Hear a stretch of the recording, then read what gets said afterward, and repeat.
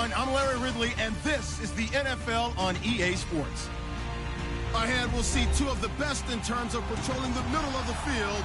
It's all-pro linebackers Sean Lee and Bobby Wagner. Larry, overcast skies, but knock on wood, no rain on the radar to speak of right now as we welcome you to CenturyLink Field here in Seattle. This crowd, as we've come to expect in recent years, as loud as any in the NFL, and they get even louder when their Seahawks are introduced. We're ready for football as the Seahawks get set to do battle with the Dallas Cowboys. And he'll take this one near the 25, call it the 26-yard line.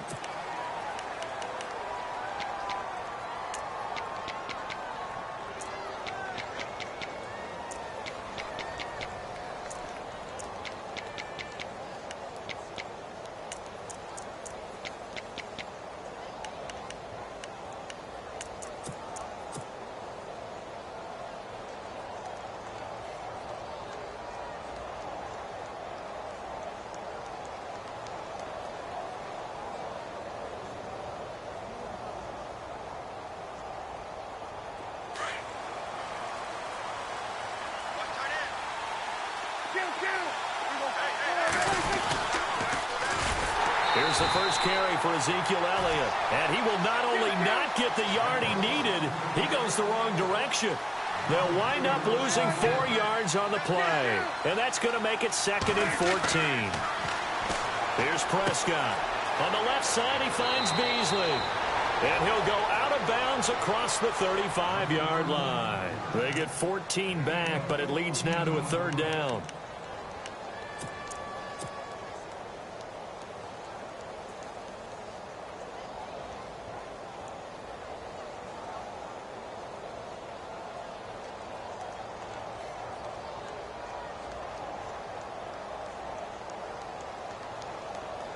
An early test for this defense. Here we go on 3rd and inches. It's a keeper with Prescott. And he'll be touched out here, but not before he does pick up the first. Only a yard there on the keeper, but that's all he needed. 1st down.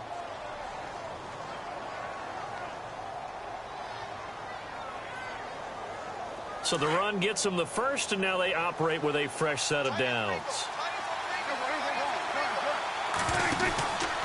From the pistol, here's Elliott.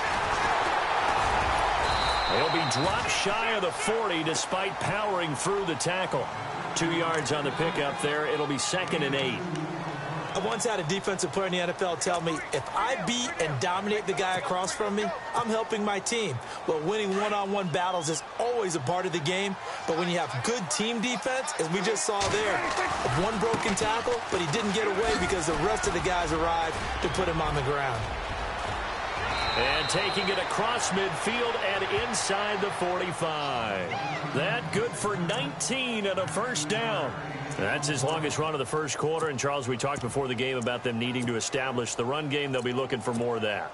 And they got to the perimeter. So that tells me that that's part of the game plan of what they want to get done today. So they'll have some complementary runs where he'll run it to the inside. But it appears that when they want the big yardage, they think they can get to the outside and make it happen. Now a play fake here on 1st down. He finds his target, Terrence Williams. And he's going to be taken down, but not before reaching the 15-yard line. A very solid gain of 27.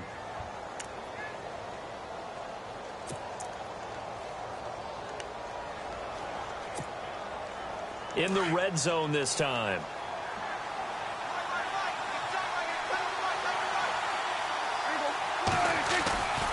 A 1st down carry by Elliott. And this play gets blown up. They'll lose yardage back at the 17. That's going to go as a loss of a yard, and it'll be 2nd down.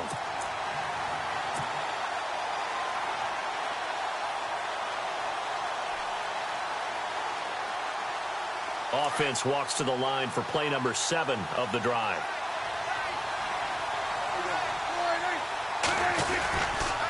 They go to Elliott again. And he'll get 4 there, down to about the 12-yard line. But you got to give kudos to your offensive line and the guy carrying the ball because they were in a second and long situation. It seemed pretty dire, but they brought it back to third and manageable with that run.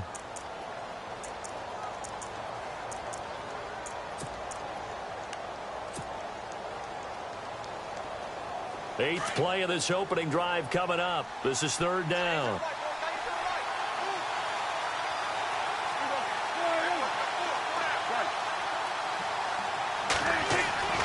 To throw is Prescott. And incomplete. The contact made the ball roam free and brings up fourth down. This defense not going to make it easy for you. They're a physical group, and we just saw it there on that play. It came in, made the contact, just as he's trying to haul it in.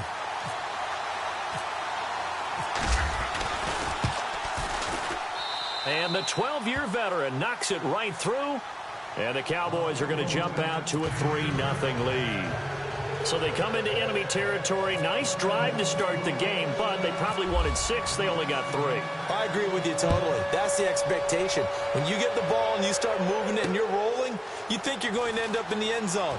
But they should be happy with the 3. A good way to get things going here in this game. And he'll take it back to about the 19-yard line.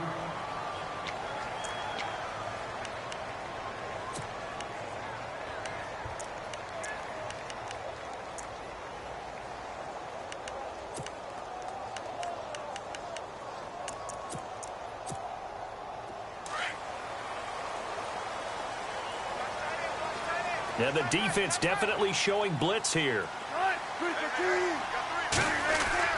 They'll throw on first down with Wilson. And this is caught. It's Jimmy Graham.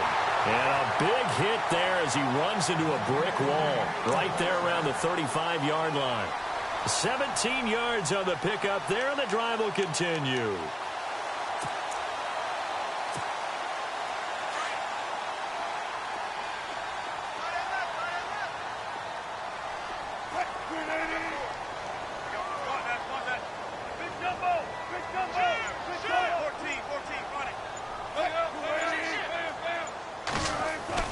They go play action here on first down.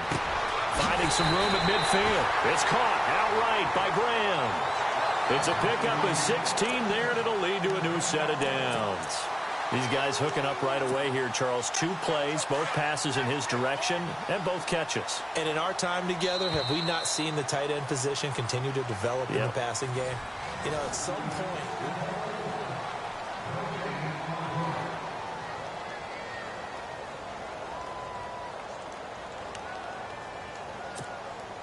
Fresh set of downs here.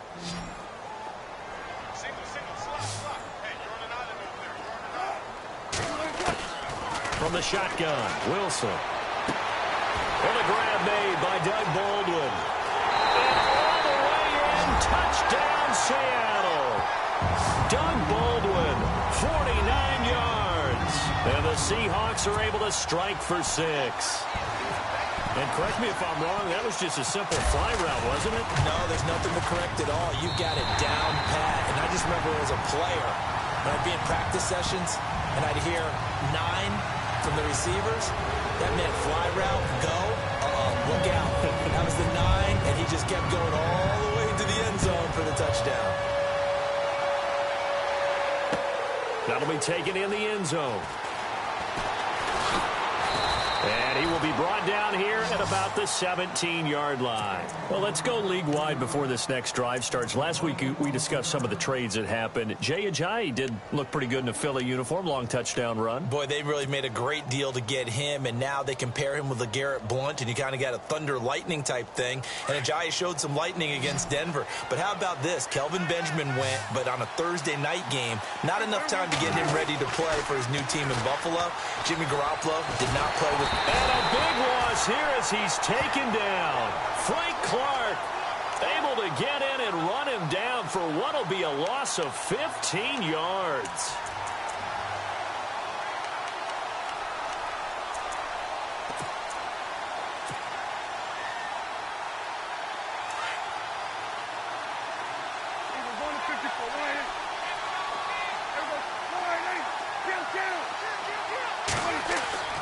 Back near his goal line, it's Prescott.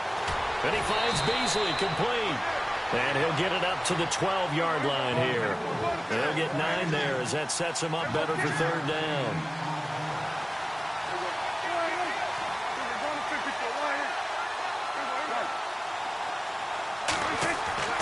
Third and long for Prescott. Flush to his right. On the run, he'll let this go deep right side. And he bats it away, and it falls down incomplete. Help me out, partner. Was that incomplete? That was on a deep ball to Dez. And that's a surprise. The way he attacks the football in the air, it's always surprising to me when he doesn't complete a pass like that.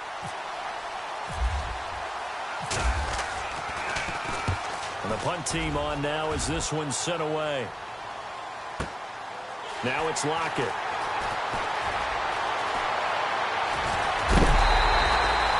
A good return there, call it 13 yards. And it'll be Seahawk football, 1st and 10. The Seattle offense now set to come back out on the field. They had to go a long way on their last drive to score the touchdown. This time they get at least a little bit more of a cushion with field position. I have to think that with this field position, after what they did on the last drive, they might want to take a shot right now and try and cut down the length of the drive.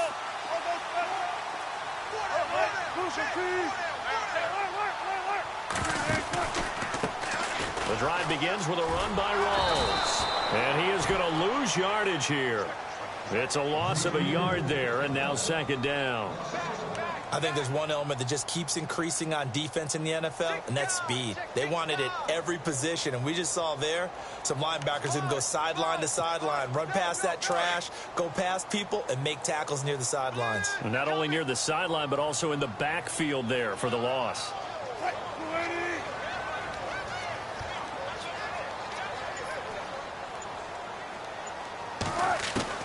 Now Wilson on 2nd down. Room to run inside the 40. It's caught on the left side by Baldwin. That one goes for 24 yards. I don't care how many times you tell the story, it never loses its luster for me. Doug Baldwin, undrafted out of Stanford, and plays like a #1 receiver should in the NFL. I don't care how you cover him. I don't care that his size isn't great. He's the one that typically comes up with the football. Absolutely. His roots go all the way back to Gulf Breeze, Florida, where he's from, right on the water near Pensacola. And then, of course, to Stanford. And, boy, he's been good. And nothing doing. He's immediately taken down at the line of scrimmage. Officially no gain on the play, and it's 2nd down. They don't need to run another play here before the 2-minute warning. Let's see if they do it anyway. And now a timeout called by the Cowboys defense. They'll have 2 remaining as we step aside here in this 2nd quarter. And the 2-minute warning lurking. This will probably be the last play before we hit it. Yeah, they want to get themselves in position to score in this last shot before the clock hits.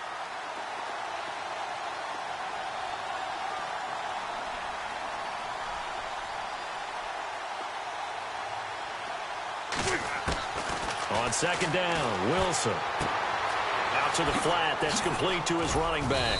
And he'll be brought down at the 27-yard line. 1:57 to go in this first half. Back to CenturyLink Field after this.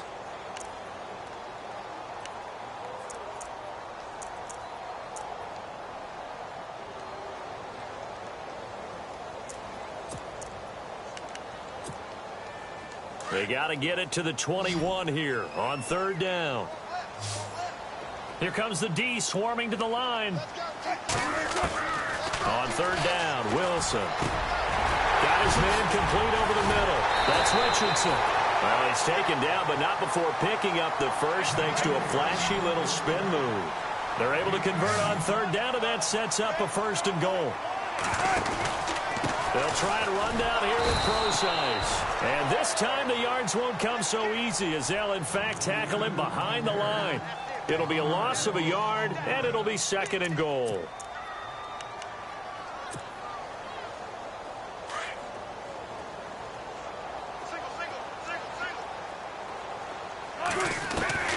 Out of the gun, here's Wilson. This will be caught at about the 6. And he will score. Touchdown, Seattle. Luke Wilson from 10 yards out. And the Seahawks add on to their lead. The big fella was the recipient there for that touchdown pass, and it seems like more and more the tight end is the guy you have to worry about most in the passing game.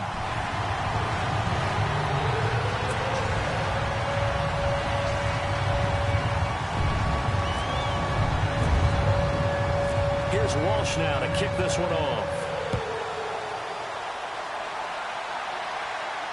And no return on this one as the fair catch is signaled for and taken. So out come the Cowboys now as their offense gets set to take over. And on the last go-around, they really couldn't get anything going. They had to punt from deep inside their own territory, which means you're going to lose the field position battle as a general rule. What they're looking for now is a little more consistency, move the ball at least a few times on offense, get a couple of first downs, and hopefully flip the field. Yeah, just something to build off of. That's what they're looking for here. And Bryant's got it over the middle. And he'll be taken down, but not before he gets into enemy territory. Give him 30 yards there.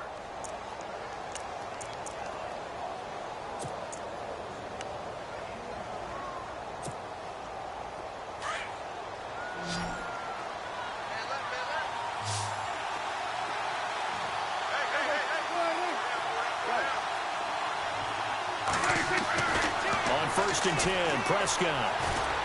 He's going to fire one deep over the middle. And he'll take it into the end zone for a Cowboy touchdown. Dez Bryant, 45 yards. And the Cowboys draw a bit closer. I think everyone in the league talks about finishing, don't they? Doesn't matter whether it's a quarter, a half, a game, a series, whatever. But they're finishing the first half in fine style, putting that one in the end zone. They did, and they didn't leave much time on the clock either. Well done. Well, we looked at each other right away. We knew that flag was coming out. And I always enjoy the conversation post, because officials always tell you, I don't want to throw the flag, but you caused the play. You did it. I had to. Now it's Nugent out to kick it away. This is taken at the 3. And he will be marked down right there at the 20-yard line. And out now come the Seahawks. And we'll see how this is played. Offensively, they've got the lead. Not a whole lot of time left. What do you think, Charles? Well, it's tempting to try and add to your lead, but a mistake there, that can change things in a big way. I say go ahead, take the knee, get on out for the half. Off the play fake to Rawls. Wilson. Baldwin with it over the middle. And now before this first down play, we're going to get a timeout here, as they'll stop it with a little over 30 seconds to go in the first half of play.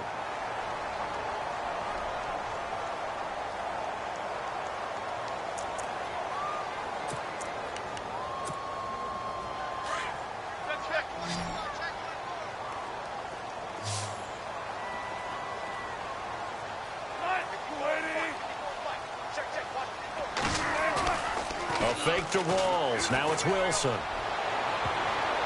An incomplete. Crisis averted. Almost picked. Instead, second down. Oh, man, that was close. The opportunity to change momentum, big play, right in his hands, unable to come down with it. A sigh of relief, no doubt, on offense that fell harmlessly to the ground.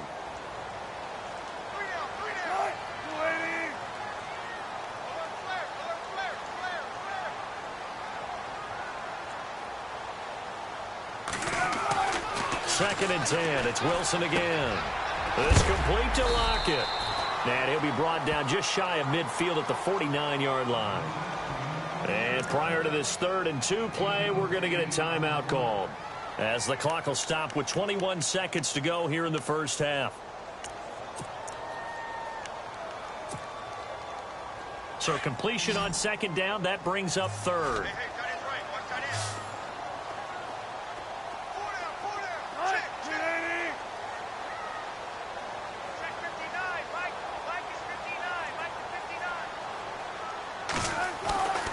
Throwing again here, Wilson. He finds his man, Baldwin. And now we won't see a play on first down. We're going to get a timeout instead. as it'll come with 15 seconds to play in the first half.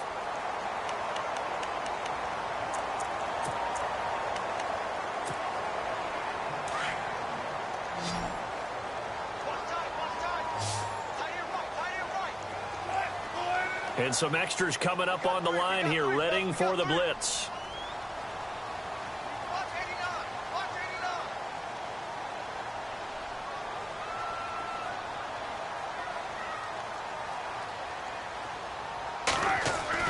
On 1st and 10, it's Wilson.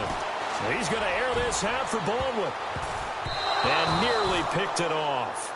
He had a chance to come down with that in the end zone, but it'll wind up just being incomplete. They're going for a receiver there. Already has 1 touchdown in this first half. A second one not to be. I like where their headspace is, though. I mean, I really like the thought process, right? You got a guy who's already scored one, right? You want to go back to him, continue the hot hand, and make them adjust to you defensively.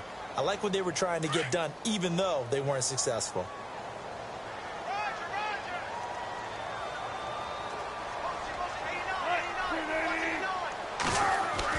Again on 2nd and 10, it's Wilson. And that is incomplete, stopping the clock with 5 seconds to go.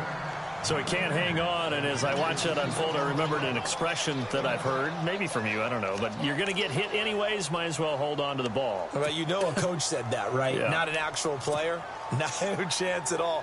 Way easier said than done.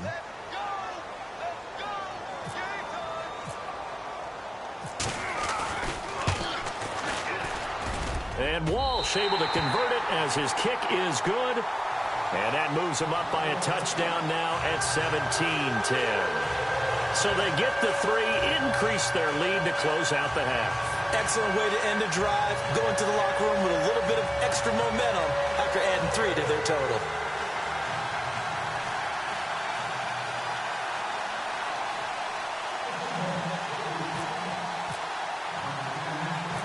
Now after the made field goal, Walsh back out to kick it away.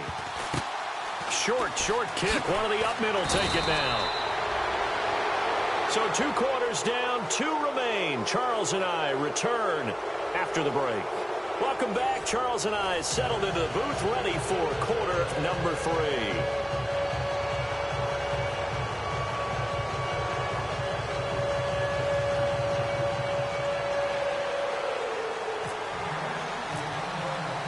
So both teams have their marching orders, and we'll get going again here in quarter number 3. That'll be taken in the end zone. And all that work, but he stopped where he ultimately would have been, and he's simply taken a knee, and that's the 25-yard line. The Seahawks offense now, they get set to go back to work. They have the lead. Now they'll be looking to extend that lead. And this is where I enjoy talking about one of my favorite subjects, tendency breakers, or counters as I also like to call them. You've done things in a certain way in the first half, and they've had the ability to see what you've done. They're going to make their adjustments. So guess what? You adjust yourself and try and stay ahead of the pace because you are looking for some separation in this ball game. The adjustment to the adjustment. Without a doubt. Show him one thing, hit him with something. Blitz coming, and down he goes. Malik Collins coming up the middle, gets him there for a loss of about 9. Well, the beauty of screen passes is they take a little time to develop, and they can often hit big, but sometimes they take too long to develop, and sometimes you get sacked. Yeah, what's perfectly called for a defense to attack a screen? Typically a blitz, and even though people think that the screen operates against the blitz, if you have the blitz called and you still cover the screen, now that allows your blitzers to get there.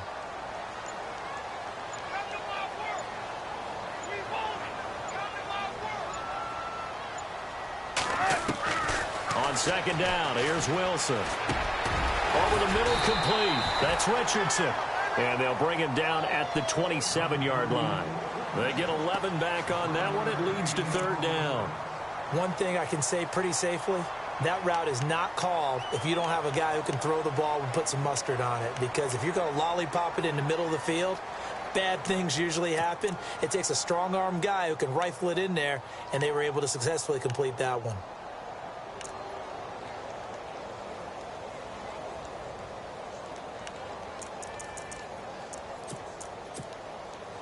And on third down, a nickel formation here defensively.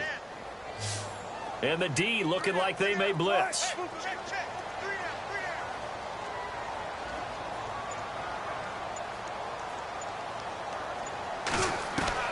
To throw is Wilson. On third down. Got his man complete over the middle. It's Richardson. And he'll be taken down, but not before he gets into enemy territory. 23 yards on the play.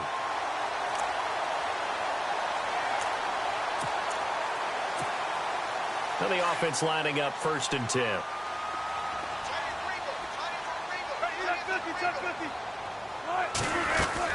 They'll run it now out of the gun. And he'll be taken down right around the 41-yard line. 8 yards on the pickup, and now they'll have some options on 2nd and short. That play wasn't quite as big as the play that preceded it, but still, gotta like the way they're moving the football, partner. Absolutely. Pretty good room to run on that last play. Yeah, they didn't get a first down, but still, you'll take runs like that each and every time, won't you? 2nd down following the run.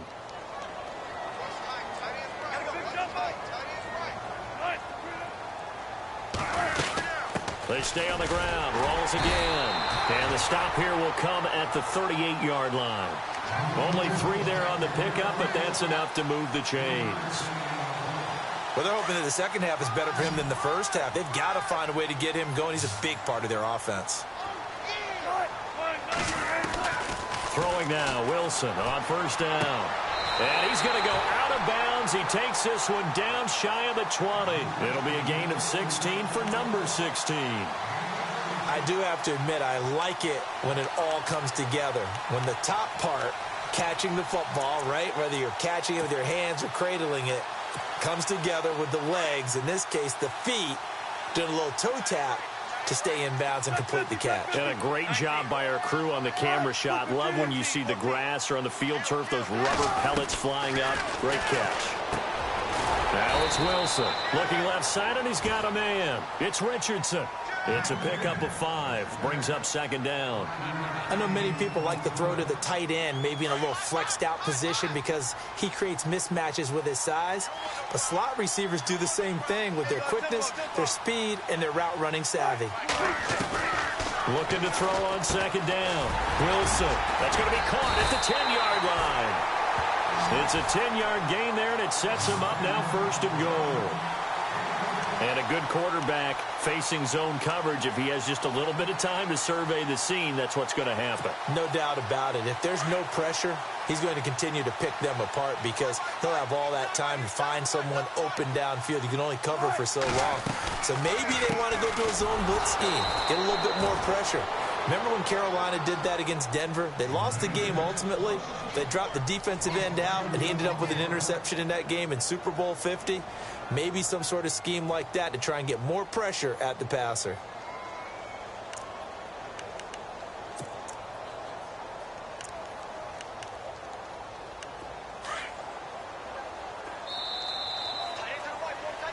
Back now in Seattle, Washington. It's the Seahawks with the possession. They also have the lead here as we get set for the 4th and final quarter.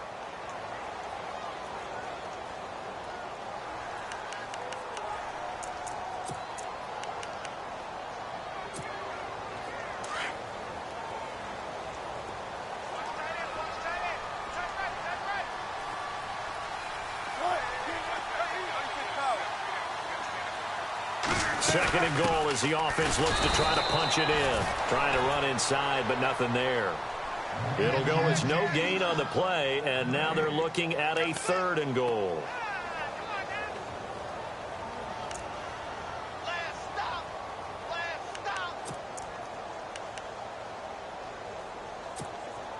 The offense on 3rd down, a perfect 3 for 3 as they look to keep that streak going. They're looking at a 3rd and goal here.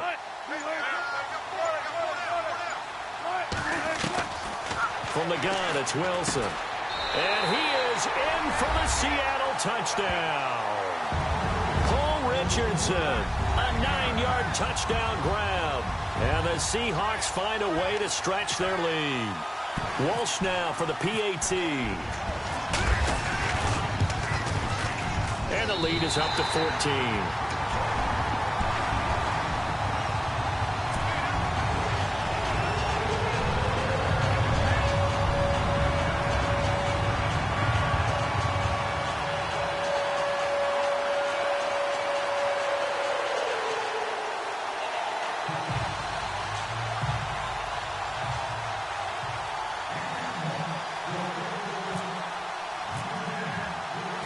Here's Walsh now to kick this one off.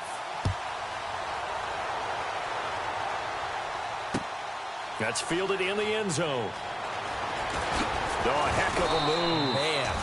And he will be brought down here at about the 17-yard line. Here's the Dallas offense now heading back out onto the field. And they had to wait a long time to get the football back. Probably not what you were hoping for when you got an offense that's humming. Agreed. What you were looking for is the defense getting the ball back pretty quickly, right? Hoping for a 3-and-out. So that didn't happen. You can't yell at your D for that. They've got to take care of their own business and reestablish themselves now that they're back on the field.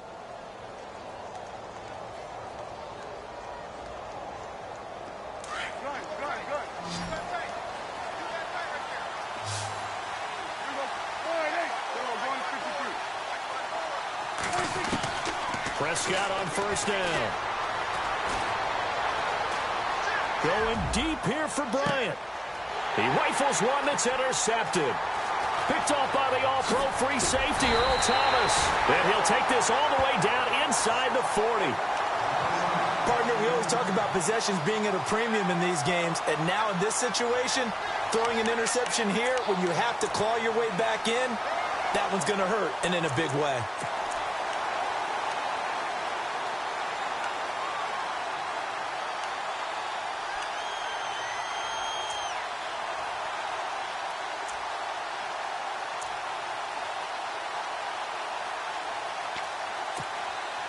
And they'll start this drive with very good field position.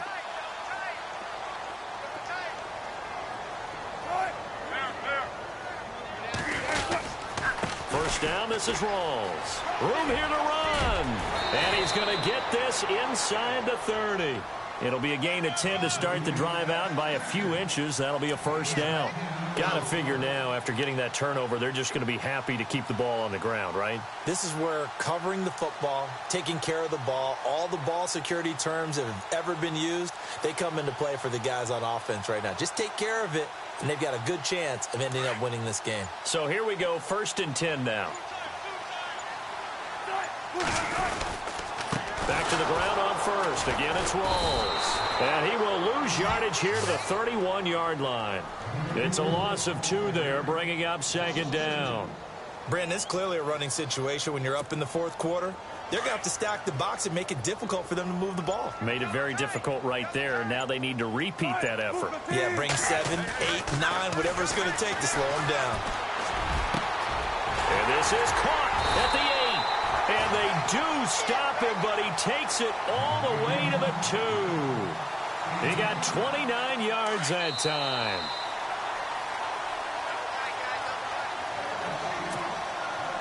From the 2-yard line now, it's 1st and goal.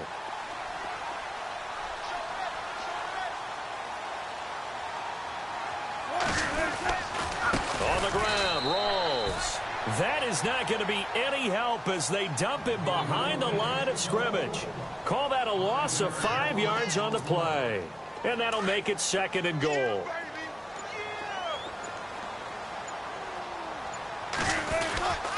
Again, it's Rawls. And he will score. Touchdown, Seattle.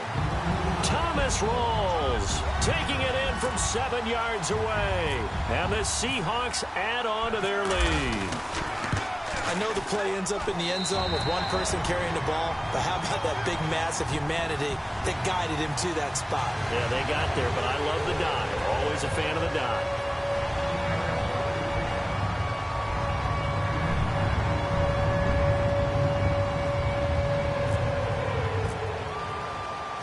Here's Walsh now to kick this one off. And a fair catch signaled for and taken successfully. And now Dallas gets set to take the field. They've lost this one. Their offense has struggled. Do they try to put together something here at the end just to take into next week? Yeah, sometimes teams want to do that and coaches want to. I remember one time I was on a team and we were losing late in the game like this, and you knew it was lost. It was over, right? And the coach called a running play and pretty much said to everyone, I want to see something executed well before we get out of here. And that was the message to the team. Just something to build on. Just something to build on, get it done, and maybe we can look at that and say, we'll get better as we go forward. Trying to shake off the interception from the last drive. He'll look to throw. He couldn't quite hold it. Got hit. Ball pops out. Incomplete. Another wayward pass. You know, things started out poorly in this game, and to be frank, they just really haven't gotten much better. And all that does is embolden a secondary. They feel good about what's going on, and they just play better and better.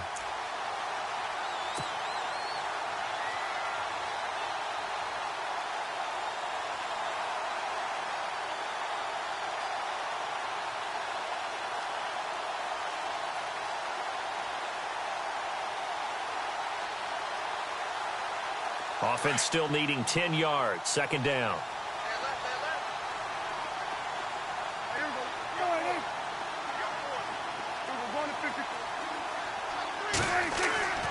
Prescott. And on the left side, he's got Witten. Dak finding his tight end Witten, and the Cowboys have a first down. This game just keeps evolving and changing, doesn't it? You got a tight end who can move around a lot. Not necessarily using a big body on him. Sometimes you take a corner, a better cover guy, and put him on him and try and take him out of the game as we've seen in this one. You're exactly right. They've taken him out of the game. That was just his first catch. Big reason they're losing right now.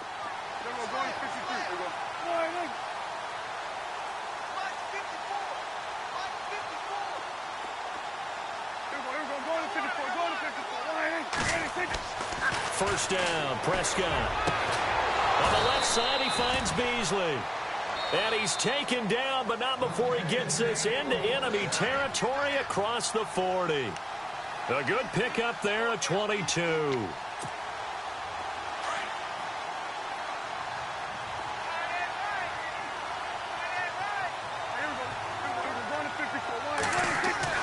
Prescott looks to throw on first. Oh, he dropped it. And that's pretty indicative of the way this one's gone. Brandon, it looked like he had his hands on it for a moment, but let's face it, that was going to be a tough catch all the way because of the presence of the defense right there as he was trying to haul it in. Yeah, nice job to force the incompletion.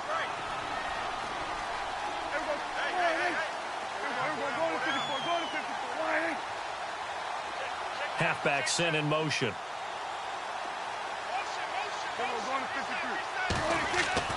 Throwing again. Prescott on 2nd and 10. Now a desperation throw. And Dez has got it. Dez Bryant for the Cowboy touchdown. Dez Bryant, his second touchdown of the afternoon. And the Cowboys cut into that lead.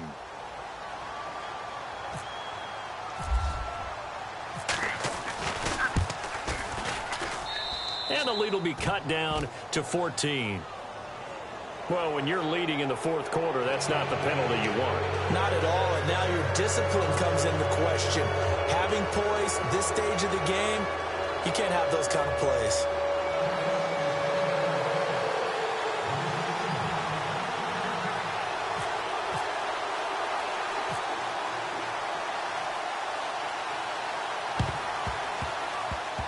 And they've got it. They recovered it. But hang on now, though. There's a penalty flag down. So they touched it before it went 10, and that's obviously not going to help their comeback bid here in the fourth. No, not at all. And they're trying to get something going after one there. But you've got to give yourself a chance. Let it go 10 before you touch it.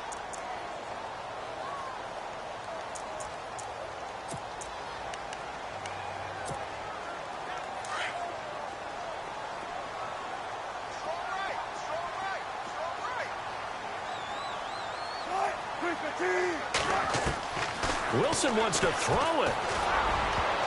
Oh, incomplete. A turnover would have really helped there. Almost intercepted. Instead, it's just 2nd down. I think he's taking an awful chance with the football right there. You've got to lead. You've got to protect it. And he's taking chances putting it out there in a little bit of jeopardy. Especially in a spot like this, fourth quarter, as you said, trying to cling to that advantage. Yeah, that one probably should have been picked, huh? Over the middle, complete. That's Richardson. And he'll get it out to midfield. Looks like, yeah, they'll spot it right at midfield at the 50.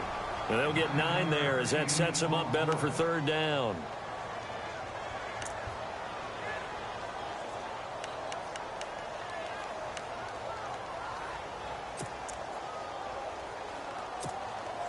The Seahawks on third down. A perfect 4 for 4 thus far. They need just a yard here. It's 3rd and 1. From midfield now, here's Wilson. And he couldn't hang on to it through the contact. Incomplete. On 3rd and 1, I think everyone in the stadium thought they'd try and run the football there, but they tried to surprise the defense and hit something through the air. Instead, it results in an incompletion.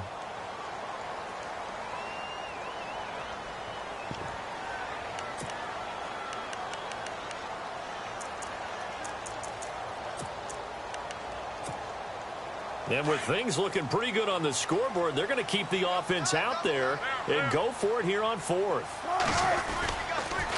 They'll run for it. Rolls. And he's got the first before he's brought down at the 39-yard line. Call it a gain of 11 yards, and that should just about do it. On 1st down, Wilson. Toward the sideline, and look at that catch. Dragging the toes, and that's going to be a 1st down. Well done. And Charles, I think when the schedule comes out, all teams, no matter where they're predicted to finish, talk about protecting your home turf. They were able to do that here in this one. Similar to a tennis match, right? Not letting them break your serve. That way you hold on to it. They got it done, and they feel very good about that victory.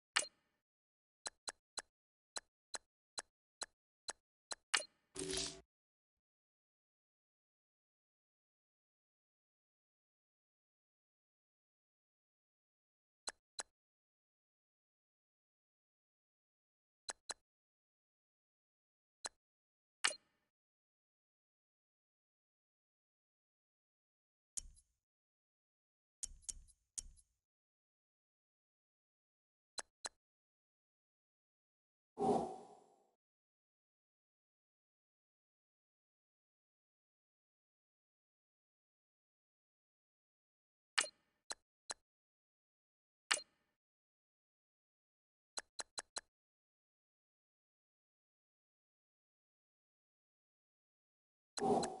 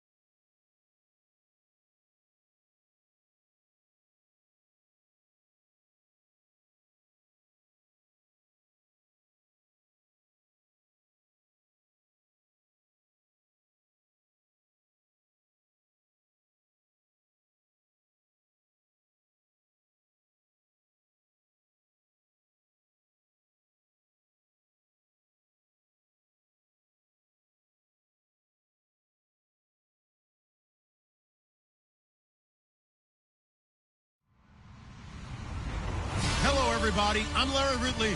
You're tuned in to the NFL on EA Sports. Today's game features arguably the best defense in the NFL. The 49ers are top 10 in fewest points allowed. And they'll be up against the Rams' offense that wants to hang a big number on them. All right, Larry, EA Sports coverage of the NFL brings us to Silicon Valley and Levi Stadium in Santa Clara. The scene a few moments ago, here it is. It's unlike any other in sport as both teams made their way out of the tunnel. These folks are fired up as their guys are ready to do battle between the Los Angeles Rams and the San Francisco 49ers.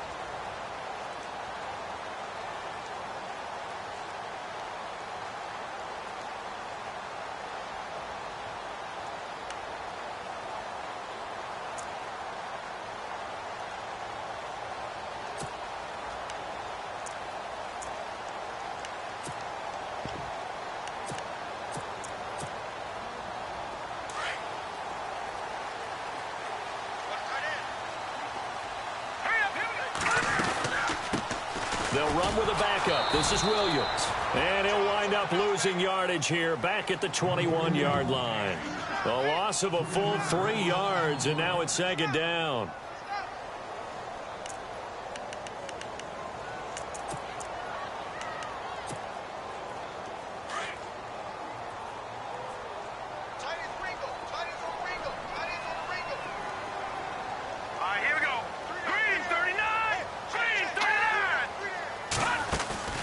Off the play fake, he'll look to throw. Looking deep downfield. And incomplete there. A nice hit. Jars the ball free and brings up third down. What I loved about meeting with these coaches before the game is we didn't even have to ask any questions. They told us that they were going to be aggressive and push the ball downfield. They weren't successful on that play, but look for them to try it again later. And this opening drive not going to plan. This is now 3rd and 13. On play action, they'll throw. And down he goes on the pressure from the Rams defense. Alec Ogletree in there to drop him for a loss of 10. And it'll be 4th and long.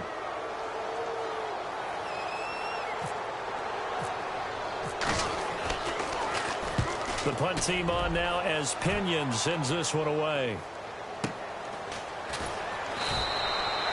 It'll be a 51-yard punt that time. And the Rams will go on offense here with a 1st and 10.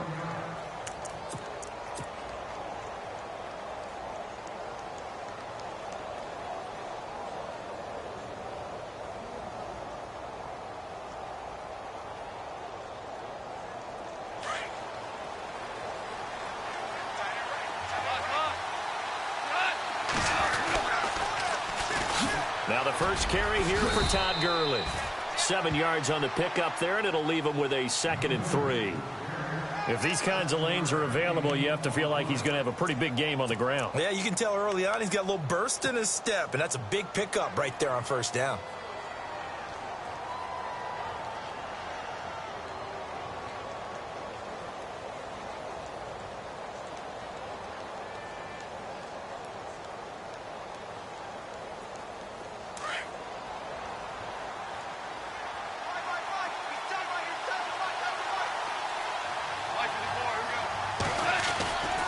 Now on 2nd down, this is Gurley.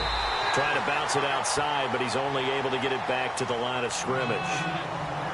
No gain on the play that time, and they'll look to convert on what will be a 3rd and 4.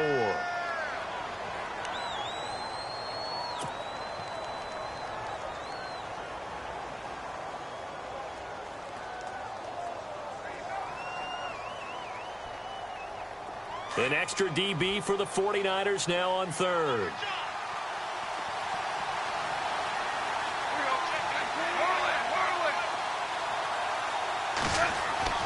Goff now looks to throw.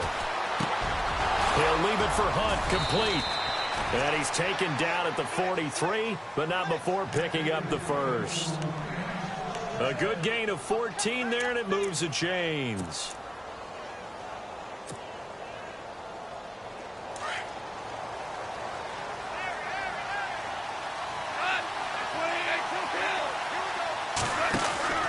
On 1st down, it's Gurley. And he is swallowed up right at the line of scrimmage. No gain on the play. It'll be 2nd down. So nothing there, but maybe you blame that on the blocking. Yeah, at some point, you've got to win at the point of attack. And on that play, that was all the defense. They made it happen.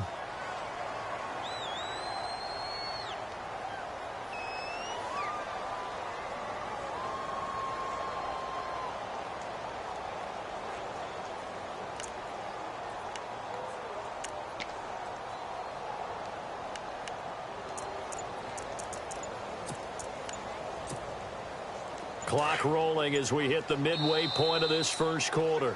And with the play clock running out, Sean McVay will take a timeout. They'll have 2 remaining as we step aside here in this 1st quarter.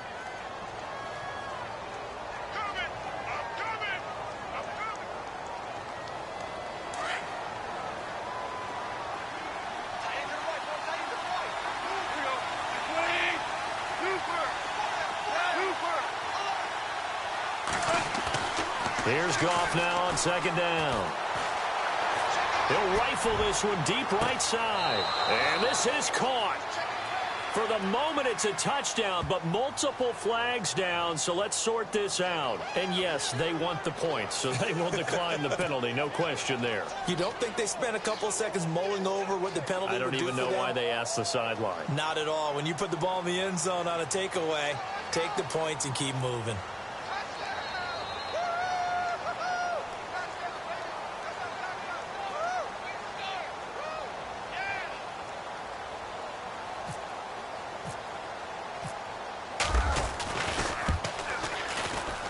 It's up, it's good, and the Rams take a 7-0 lead.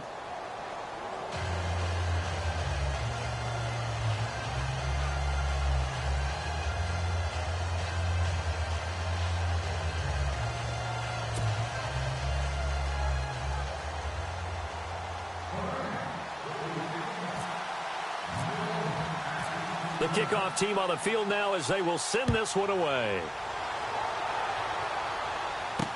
This fielded a few yards into the end zone. And the decision to bring it out, a good one, as he's up a yard or two shy of the 30. And San Francisco gets set to go here. And a 3-and-out on that first drive. We'll see if they can do better here. They should have a better opportunity because the nerves should be settled now. That first series, everybody goes out with a little extra emotion. So now they get a chance to go back out and say, okay, now we're into the game. Let's go play and play as best we can. You almost get a mulligan then on that first drive? Sometimes it absolutely serves that way. You get a second opportunity. Nothing big happened. But then again, you didn't commit any mistakes either. Off you go. They start the drive on the ground. It's Williams. And he's got some space here. That one 28 yards on the ground. But when you're able to break a run against a cover 2 or a 2-deep zone, safeties are back a little ways. What you're counting on is the guys taking care of business up front and then maybe climbing to the second level, that offensive lineman or tight end getting up to the second level and able to block the safety in order to create a big run. Now making those linemen work with a couple blocks. They look good doing it there. Defense really showing respect to the deep ball here, playing off the receivers. They go play action here on first down. Throwing the out route incomplete. It's Burton. And they're able to get this one past the 30 down to the 25. They call it a gain of 19, and it moves the chains.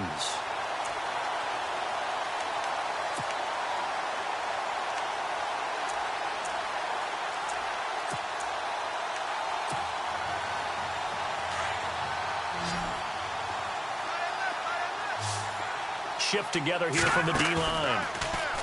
Now a play fake here on first down. His throw incomplete. Trey Burton, the one he was looking for. And that'll bring up second down. Well, so many times defensive backs get caught playing the man rather than the football.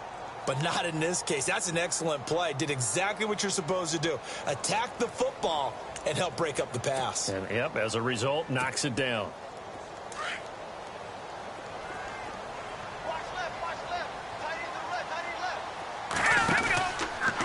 Second down, Williams.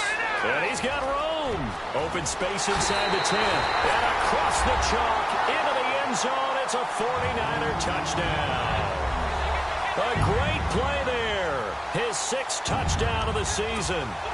And the 49ers are within an extra point of tying this thing up. It's good, and we're all tied at 7 apiece.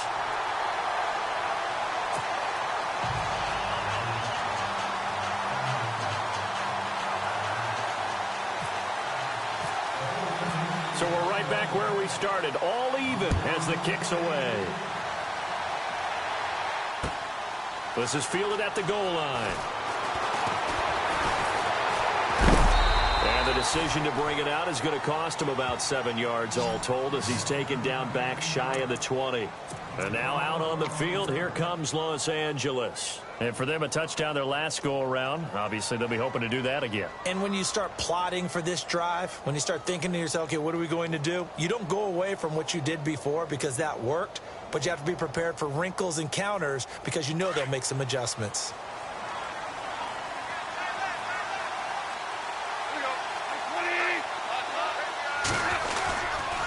They'll try and start the drive with Gurley. And he goes across the 20 to the 22. Call it a gain of 4 on first, and that'll make it second down. He was hoping to get to the edge, but they did a really nice job of forcing him back inside. That's excellent fundamental defensive football. Don't let them outside where they can really shred your defense. And on the outside, they're playing press coverage. Gone. And, boy, that one drops incomplete, but if he was hit a fraction sooner, it may have been a fumble. It's always tough trying to keep your guy upright when he's trying to throw the football. When you're dealing with those big, bad guys on the defensive front, it's even tougher. And this time, those guys on the opposite side won the battle, getting to the quarterback and knocking him into an incompletion. And they insert their dime package, 6 DBs here on 3rd and 6. Expecting pass all the way. Now gone. Throw right side is into the hands of his tight end, Everett. So he fought off the tackle, and that effort gives him the first before he's brought down. Give him 12 yards on that one. It earns him a fresh set of downs.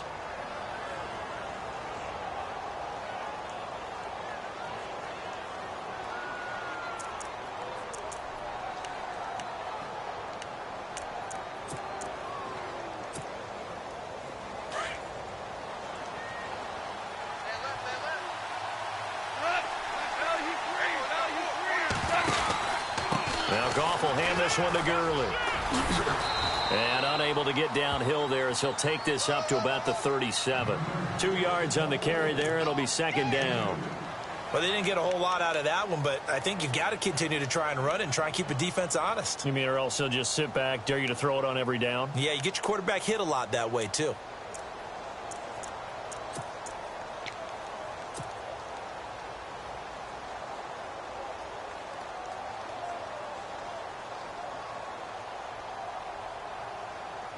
And after the play on the ground, that brings up second down here.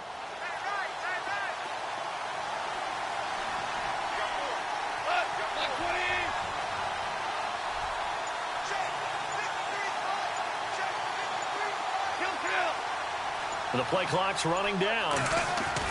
To throw on second down is gone. And down he goes. The 49ers get there. DeForest Buckner in there to get him, and that's sack number 8 for him on the year.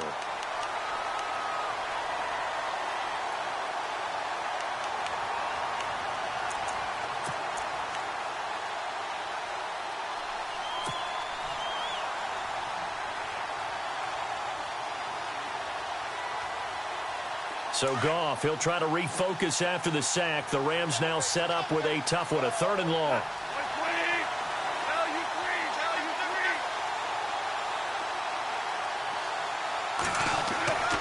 Goff. Oh, the pressure too great, and he goes down once more. Reuben Foster, he's the one to get him this time, and back-to-back sacks are going to bring up a 4th down. So on 4th down, here's Johnny Hecker to punt it away. Back live now to begin the second quarter with Charles Davis, Brandon Gaudin. It's the Rams with a football to get us going, but likely not for long as they're in punt formation to kick it away. So the Rams call on Johnny Hecker here to punt it away on 4th down.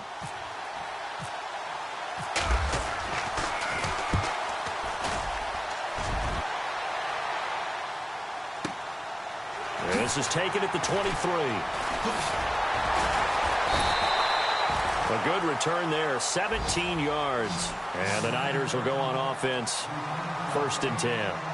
And San Francisco gets set to go here. The last possession, these guys were able to tie the game with a touchdown, and now they'll have a chance to move out in front. Yeah, let's give a big assist to the defense who got the ball back. The special teams went out there, handled things. They've got it. They've got momentum. I know they're eager to get out there and put it on display.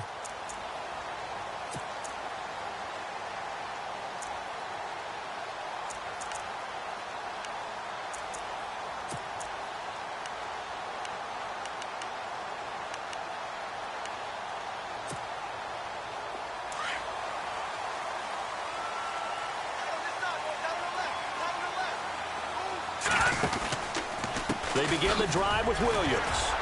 And oh, he sheds a tackle. Now he's got some space. And he'll be taken down, but not before he gets into enemy territory. They give them 13 yards there on the play and a fresh set of downs.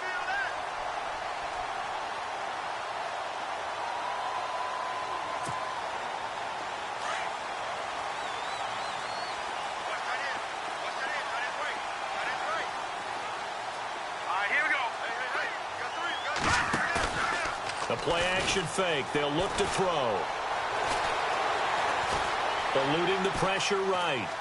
Able to get away. That's why you keep the legs churning. And he is out of bounds inside the 35. Good coverage downfield led to him taking off, picking up the first down on a 13-yard run.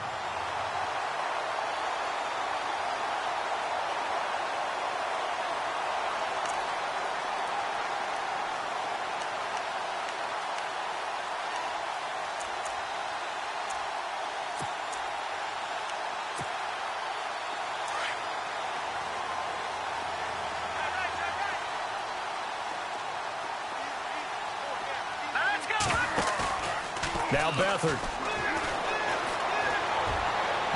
And his throw is going to be incomplete. Well, he kind of forced that one there, didn't he? It's almost like he predetermined where he was going to go with the football. Yeah, he wasn't really going through progressions. He wanted to go to his top guy. You do that against this defense, they'll make you pay, won't they? Yeah, they certainly will. They react very quickly to the thrown football.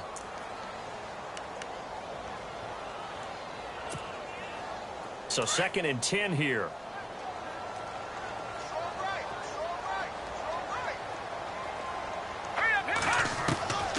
They'll throw here. Beathard. Throwing the out route incomplete. That's Richardson. 15 yards through the air and a first down. And he's top 5 in the league in terms of receiving yardage because of plays like that. What have you seen from him on film that you like so much? Well, I'll strip away everything else and get to what we call the moment of truth. When the ball's arriving and there's a defender there, he just comes down with the ball. He competes and takes it away. Great hands, great ability to finish the catch.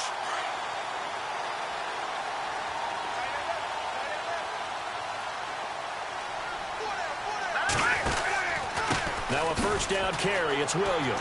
Oh, and now he bowls him over. And he will lose yardage and be backed up to the 24. It's a loss of 4 there, bringing up 2nd down. So if I'm an offensive coordinator, there's one thing that I know for sure. This is one of the top 5 teams in the NFL against the run. So when I look at my playlist, I'm probably thinking about throwing it.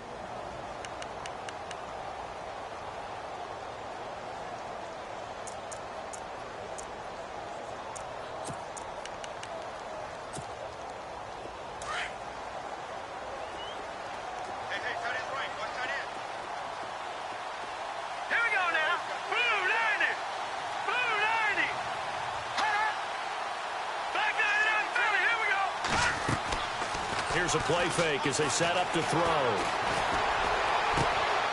And he fires one that's intercepted. Picked off down at the 2. And a big turnover there as his guys will get the football back. Well, they thought they were going to break the tie. The defense had other plans. They were already in field goal range. But boom, an interception. I don't know if this was a case of being a little bit too greedy with the opportunity to put points on the board, but give credit to the guys on the defensive side. Hung in there, battled, and made a key play.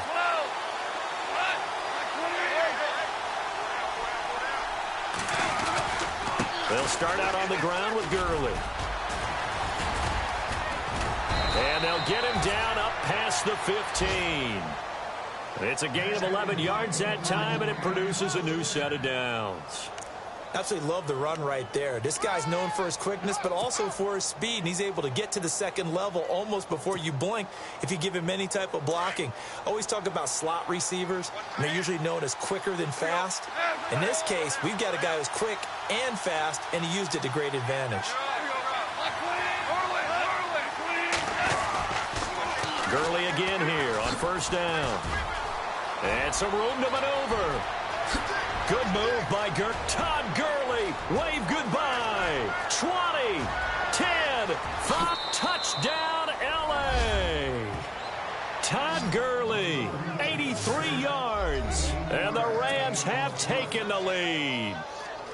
And with that carry, he's already over 100 yards here in the first half. And, partner, you know exactly what he's saying to his teammates right now, right? Especially to the play caller. Give me the ball. Again, and again, and again. and again. It's not that heavy, sir. I'll take it.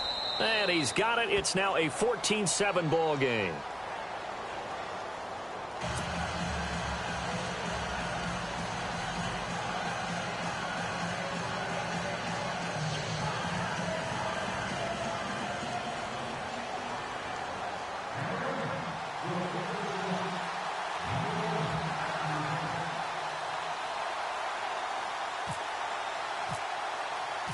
Out is the kickoff unit as they run up and send this one away. This fielded a few yards into the end zone.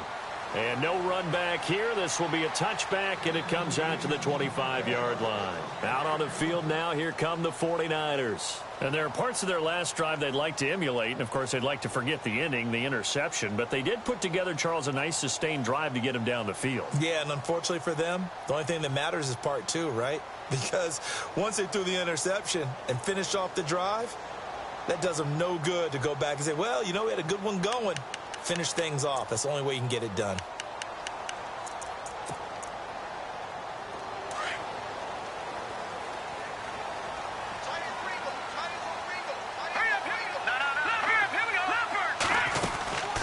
They'll run it now out of the gun. And he'll be dropped at the 30. With a shifty move, got him a couple extra on the play. 5 yards on the carry. Good pickup on first down. Partner, I think from our experience together, we have learned that most offensive coordinators are going to tell you, if I'm going to run the football on first down, I've got to get at least 4 yards. They got 5 here. They've got to feel pretty good about that one.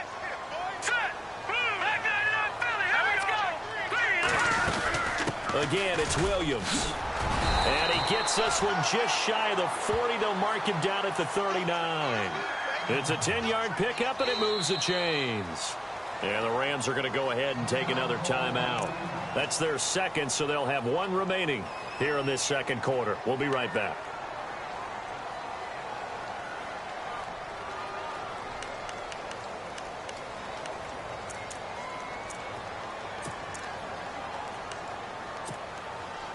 Offense comes to the line now, 1st and 10.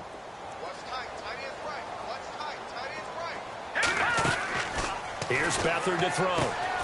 Throw left side complete. It's Richardson. And taking it across midfield and inside the 45.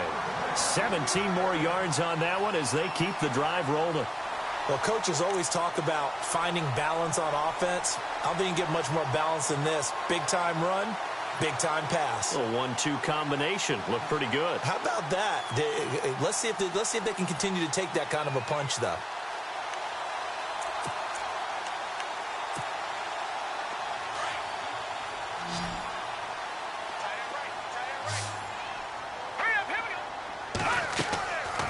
Back to throw, Beathard. Deep ball for Goodwin. He rifles one that's intercepted. Picked off by Tremaine Johnson. And some space here. Past the 20. And they will finally put it into the return, but not until he takes it back all the way inside the 10-yard line. So that's back-to-back drives where they've thrown an interception. Ordinarily, we look at the offense and say, what's going on with your scheme? Maybe we should look at the defense and just give them a whole lot of credit. They've got them frustrated right now. On 1st and goal, Gurley. And maybe a measure of revenge there. He's had his way in this one, but this time they get him behind the line. A loss of a full 3 yards, and now it's 2nd down.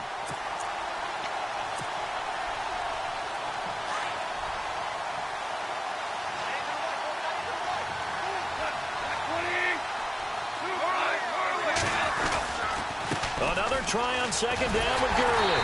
And maybe a measure of revenge there. He's had his way in this one, but this time they get him behind the line. He'll wind up losing a yard on the play, and that'll make it 3rd and goal.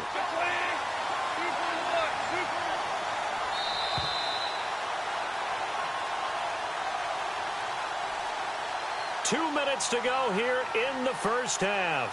Back to the booth. right after this.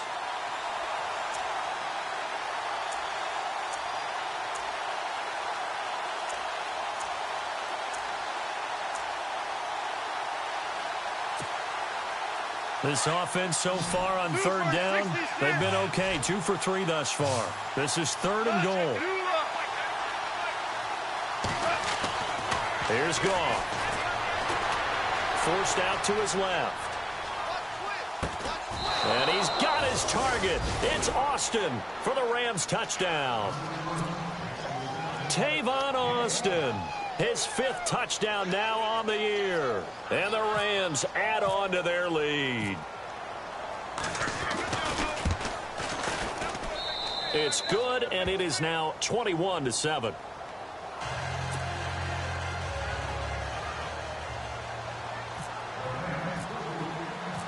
The kickoff unit is out on the field, and they will send this one away. This fielded a few yards into the end zone.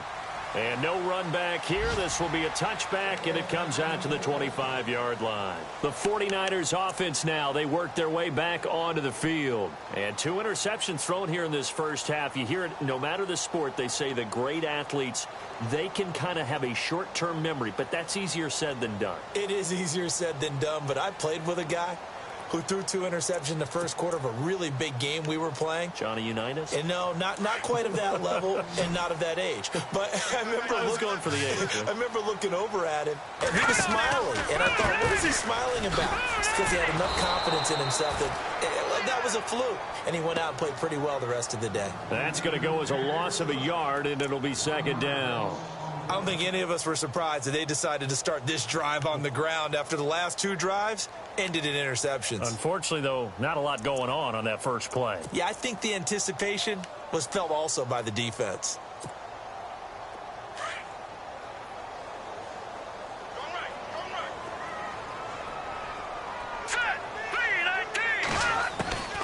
To throw is Beathard.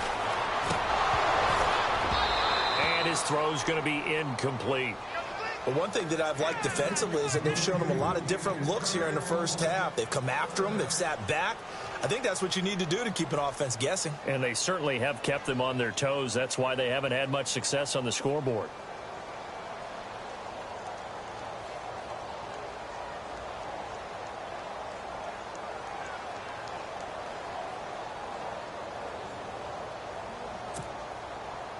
So a 2nd down incompletion now brings up 3rd down. All right, here we go.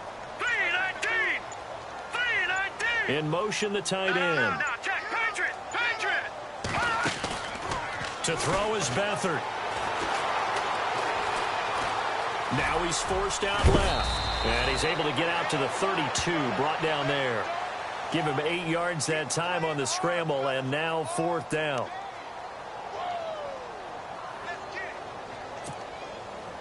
Here's Bradley Pinion now. On for his 2nd punt. He'd take a repeat of his first.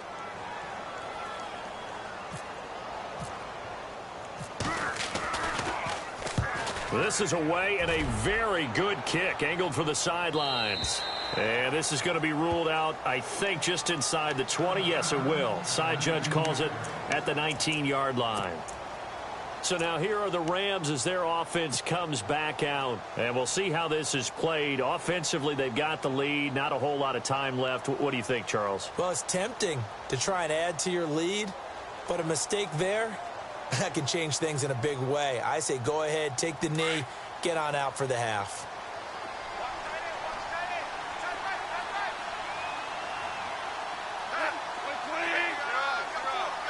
Looks like the defense in press coverage here. On 1st down, it's gone. And he fires one that's intercepted. Picked off by Akello Witherspoon. And into the end zone. A pick 6 for the 49er D as they scored a touchdown. You think you're going into halftime with a good-sized lead. Not so fast. That pick 6 really changes the complexion. Probably also changes the halftime speech. No doubt about it. Instead of going in relaxed, you're probably a little more uptight right now. Probably a little bit angry. Let's see if they can get their focus back. So they'll get another shot on offense following that pick six. And now the kick is away.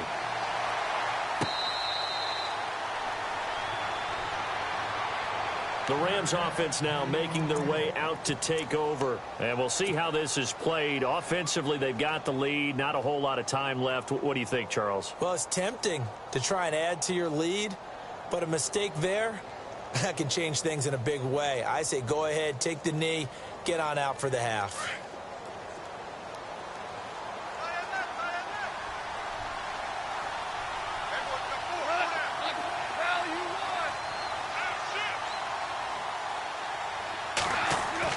In search of redemption from the pick six. Goff. He's going to look deep for Watkins. And that's caught inside the 35. And he takes it all the way down to the 32. A big play there just before halftime. 43 yards. On first down, Goff. And that's caught left side. It's Woods. And he'll be a little shy of the 25 here at the 26-yard line. A gain of 6 there on first. Here comes carry number 10 for Gurley. And he's able to get it to the edge of the red zone at the 20-yard line. Now a signal and a timeout call, as it comes with 9 seconds to go in this first half of play.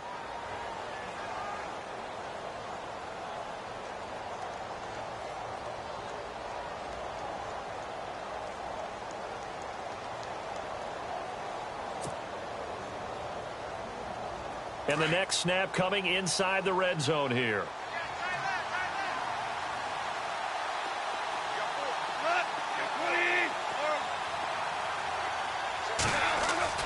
From the red zone now, Goff. And that will be incomplete. 4 ticks left here on the clock. Sammy Watkins, the intended receiver. And it's second down. I know our vantage point might be a little bit better way up here, but that looked like an ill-advised throw to me. I didn't see anything open, and this play just didn't look right from the beginning. It did not. I thought he might get outside and just chuck it away. Dangerous pass, incomplete.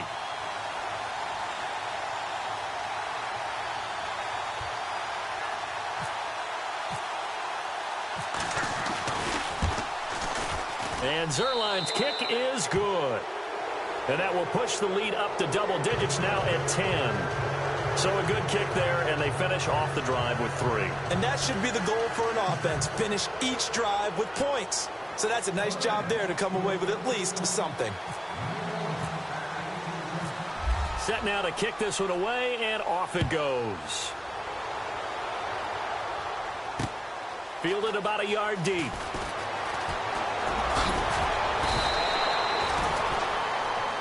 So we've come to halftime. It's the visiting Rams taking the lead to the break. As we send you cross-country to our EA Sports Studios in Orlando with our halftime report, here's Larry Ridley. Both teams appear ready for the fight ahead, and we resume action here in quarter number 3. Fielded about a yard deep. And he's able to get it across the 20, but not by much, as he's marked down at the 21-yard line. And the Rams now coming out on the field. They built a good first-half lead. Now they have a chance to add on to it. And what I'm thinking is that the offensive staff spent the entire halftime just working with them on, here's what we think they're going to do to attack us in the second half. Nice first half that we've had, guys, but be prepared for some change-ups. We're going to see them when we kick it off in the second half. See how they handle any adjustments that might be made defensively.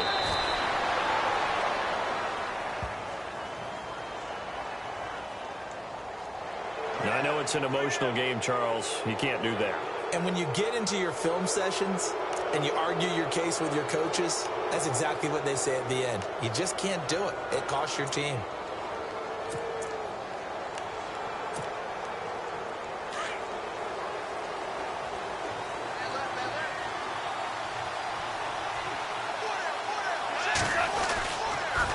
Following the penalty, it's Gurley.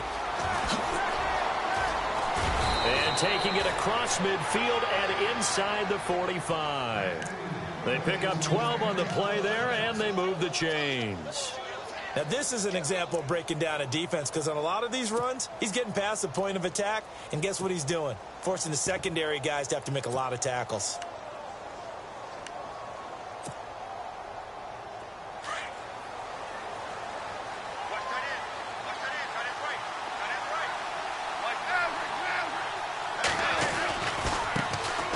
First carry now for Kareem Hunt. And he's going to take it down to about the 35 here. It's a 7-yard carry to set them up with a 2nd and 3. They're trying to show that they can run the ball and protect this lead. Give it to the backs, play a little bit of keep away, don't you think? And that's probably a good philosophy at this point, going to make that defense stand up and stop them.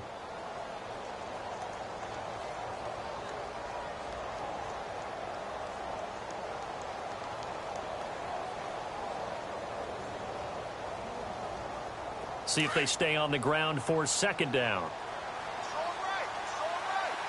Looking to jam the receivers at the line here. Press coverage look defensively. Goff turns and gives to Gurley.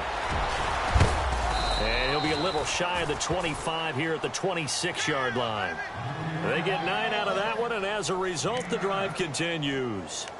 Boy, he does it at a high level, doesn't he? Because when I watch him, I think of his vision. Straight ahead, peripheral, also has that sense of where holes are going to be before they actually open. I think that helps set him apart from many of the other backs in the league.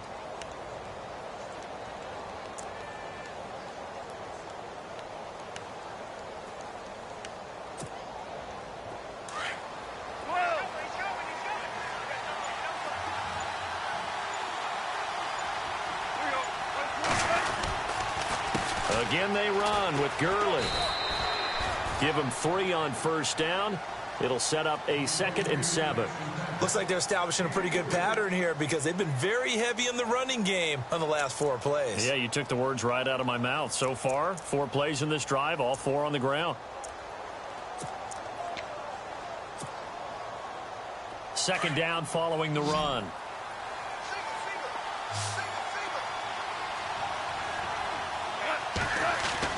A play fake to Gurley. Now gone. Looking this time for Woods, and it's intercepted. Picked off by the All-Pro, Navarro Bowman. And a big turnover there as his guys will get the football back. First possession of the 3rd quarter, an interception, so maybe a second-half tone setter. Indeed, and not the tone they wanted to set. That's the equivalent of running out the wrong door and running into your pool instead of running out onto the field. A real dud for that one. Has that happened to you before? No, but I've heard stories about teams actually doing that back in the good old days. Out of the pistol, here's Williams. Fights him off. A solid run on 1st down. Gain of 7 leaves him with a 2nd and 3. You know what really fires up offensive linemen? When the guy that is carrying the ball behind them can create his own space and break a tackle along the way.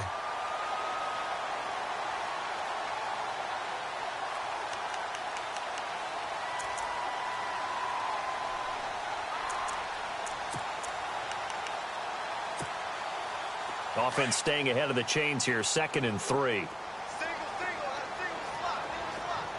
right, here we go. Beathard. Got his man complete over the middle. That's Burton. And he takes this one just shy of midfield all the way to the 49. A really nice gain of 25 yards.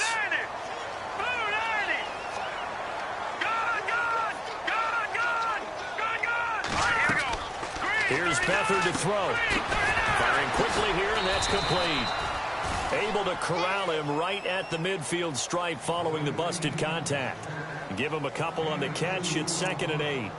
And, boy, they had high praise for this rookie receiver when we asked the coaches about him, didn't they? They certainly did, and obviously they liked his measurables. Otherwise, they wouldn't have brought him onto the team. Height, weight, speed, all of that.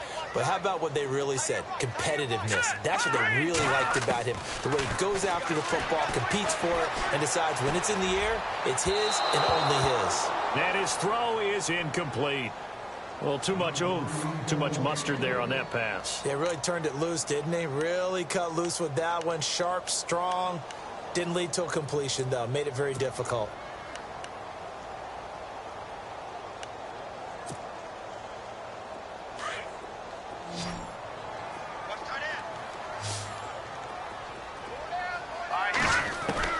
From the midfield stripe, they'll look to throw. He's just going to dump this one off to his fullback out of the backfield.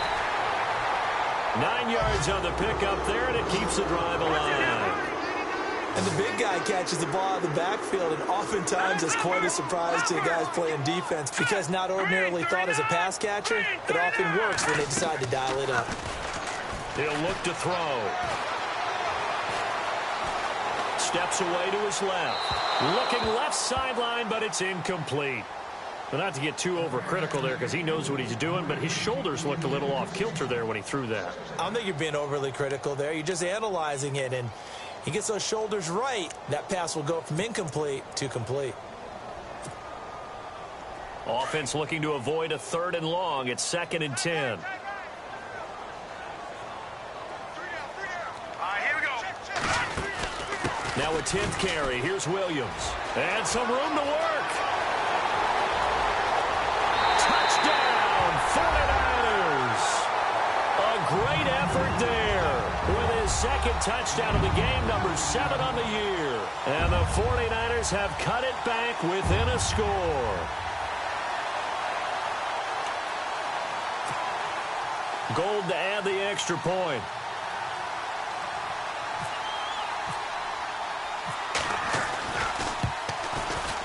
It's up and good, and this now becomes a 24-21 ball game.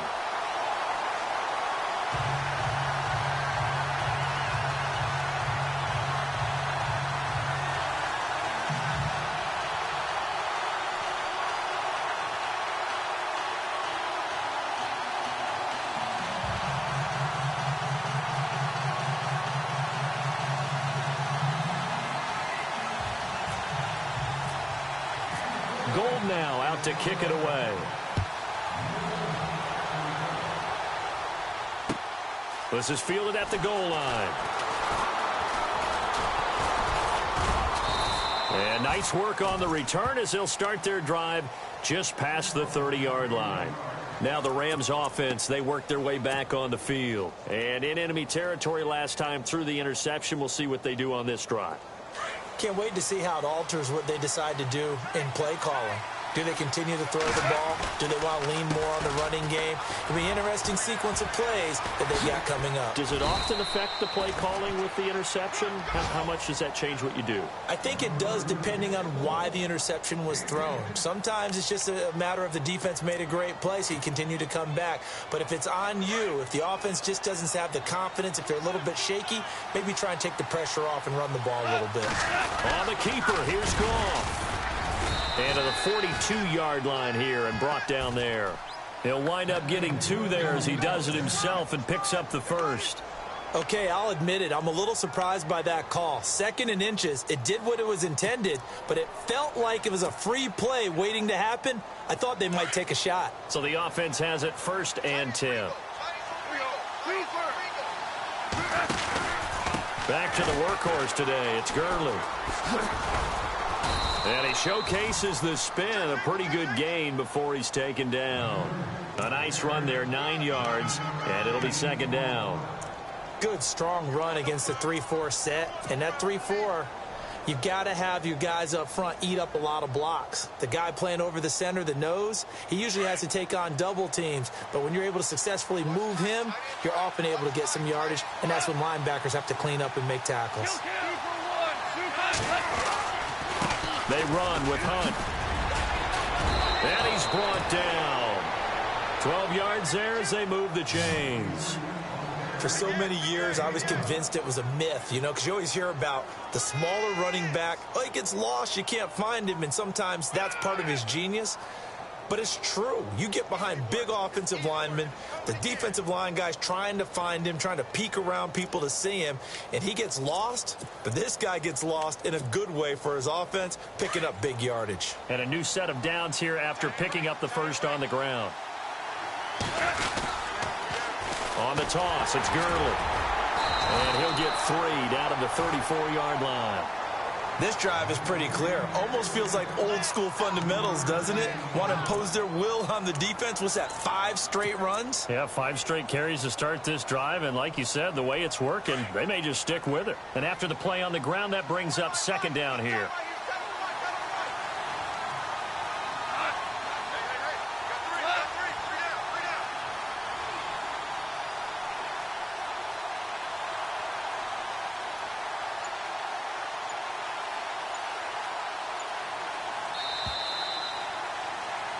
Back now here in Santa Clara.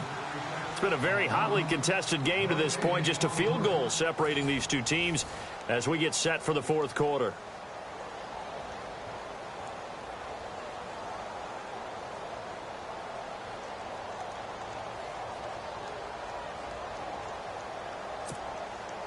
Decent chunk of yardage still left here. 2nd and 7.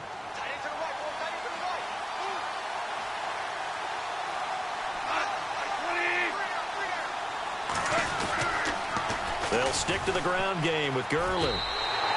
That's a loss of 8 yards there to bring up 3rd. And in this situation with a lead fourth quarter, they're liking keeping the ball on the ground, I'm sure. That's just smart football, but you know the defense has to know it as well. They've got to stop them here.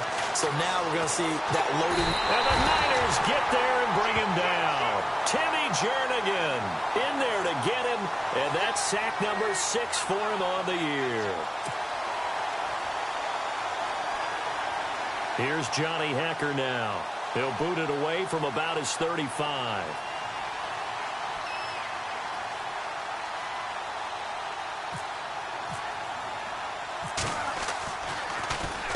He gets this one away, and boy, it's another boomer. But fortunately, he's able to recover his own fumble, or that could have been trouble. I know there's no magnet in the ball, but sometimes for the punt returner, after such a scramble, it sort of feels that way, doesn't it? He has it, he loses it, somehow the ball finds its way back to him. Atone for his sin, and you know he's taking a deep sigh of relief right now.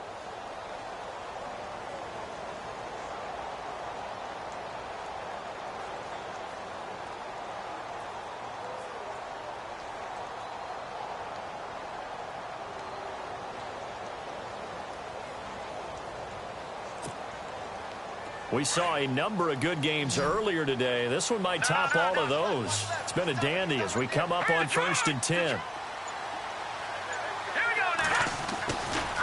They try the left side here with Williams. Shrugs him off. And a short gain here as he gets it up only to about the 6. Just a yard on the pickup there, and it'll bring up a 2nd and 9. That first down play, all you want to do is wedge out any type of space and try and create enough room.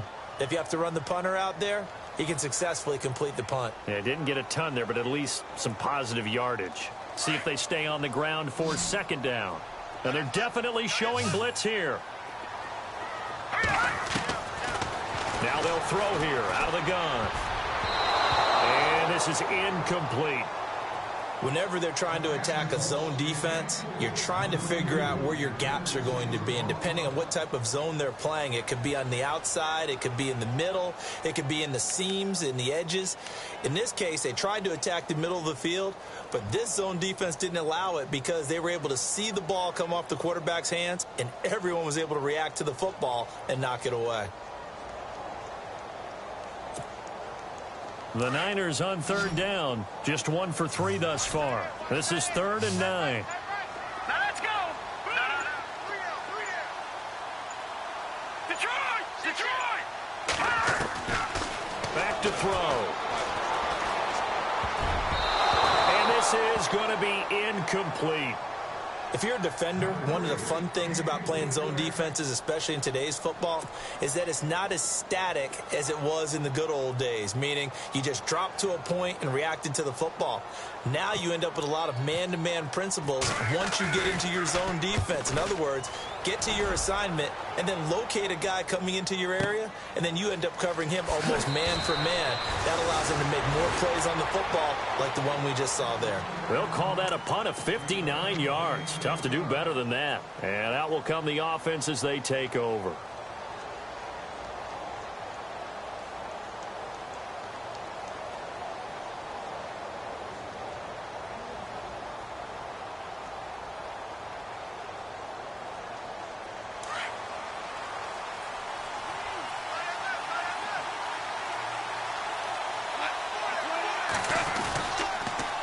Now they'll pitch it back to Gurley. And, oh, he is really laid out that time. Knocked flat on his back. Credit him with a 1-yard gain there to make it 2nd and 9.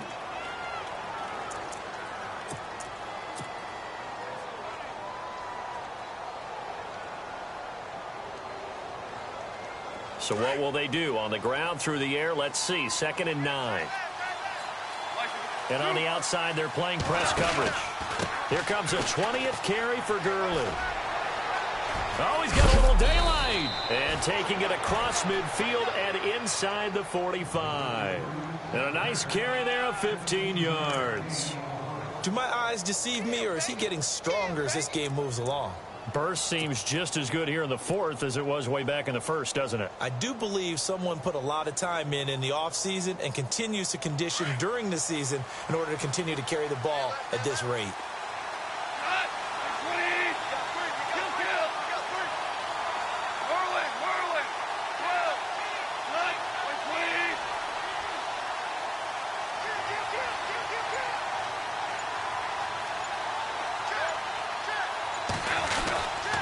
They'll run it here with Hunt. Ooh, the juke. And now running right through it. And he's going to get stopped up quickly. Give him a yard down to the 43. At this stage of the game, with the score where it is, the key here is stay in bounds, and he did just that. Not by a huge margin, but he stayed in. And those come up in what we like to call winning edge meetings. The things that you have to do, late game situations, kicking situations, doesn't matter what it is, the things you have to do to win a game, and that comes up in that meeting, then you practice it, they've got to be happy to see it executed, being able to stay in bounds and work the clock. On the handoff, it's Gurley. And he gets this inside the 35-yard line. A nice pick up there, 10 yards, and it'll move the sticks. I think this defense tired of seeing him run the football, and this D-line probably getting sick of the O-line as well. And as I'm watching this, I'm thinking about a conversation I had with Adam Gase, the head coach of the Miami Dolphins in the offseason. He told me that he asked his running backs each week for their favorite runs. Give me your 3 top runs. And right now, you're seeing a guy that's probably using his top runs to great advantage in this game. He is in a zone. Down to the 30 after a gain of 3. Offensively with the lead, you want to run the ball, keep the clock going, but you also want to still kind of be in attack mode too, right? So how do you do that and not come back on your heels? Now, think about all the practices we've watched where they have that tempo period to go over things just like this, where they describe the scenario, tell you what they're looking for, and make sure that they're still attacking, yet at the same time not going so fast as to leave too much time on the clock. And maybe a measure of revenge there. He's had his way in this one, but this time they get him behind the line. And this is why the head coach gets paid the big bucks. Look at where they are in this situation, partner. Do you throw the ball here in a long-distance situation? Do you run it again and trust your defense and make sure you take care of the ball and punt it away? What kind of options do you have here, and what do you trust more on your team? Yeah, they may have just pushed him back into that throwing situation. We'll see.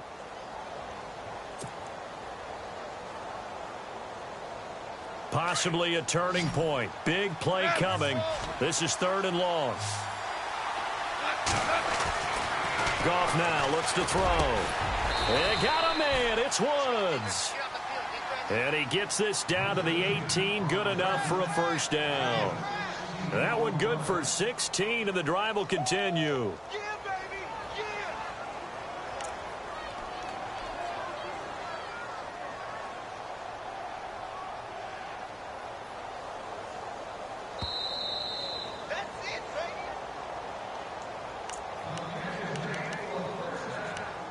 Time for a break. We'll come back, see what transpires after this.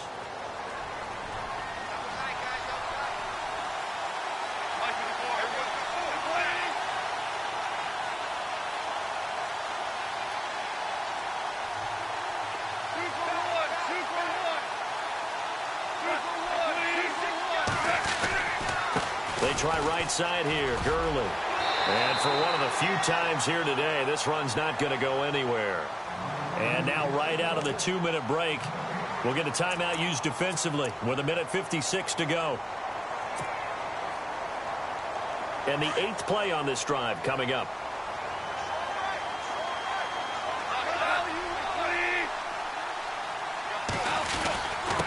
Another carry now for Gurley. And here's another tackle made at the line, so they're converging well on the football now. And now the question everyone's wondering, look at the clock, late fourth quarter. Do they put the ball in the air here on third? I don't. I run the football, and I tell my offensive line, no leakage up front. I don't want my running back hit as I hand the ball off to him. I don't want any type of an issue. But if I am going to throw it, quick throw, out to the perimeter, maybe one of my best receivers running a quick slant or something like that. The Rams on third down. They've converted 4 times out of 6. Not bad. This is 3rd and 10.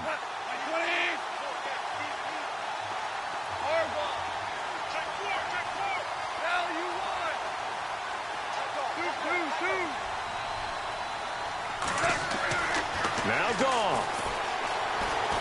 Dancing to his left. Being chased out left. And he's going to take this one in for a Rams touchdown. Sammy Watkins with his 2nd touchdown of the game, number 7 on the year. And the Rams add on to their lead.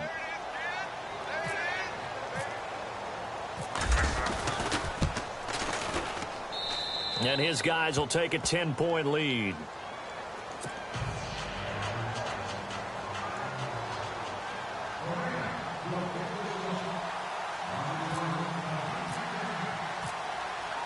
The kickoff team on the field now as they will send this one away.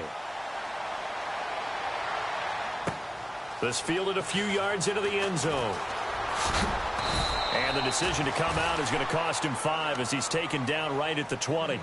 And San Francisco gets set to go here. And they're coming off a 3-and-out, my friend. I think they've got to look at that play sheet and go to a spot that they haven't gone before.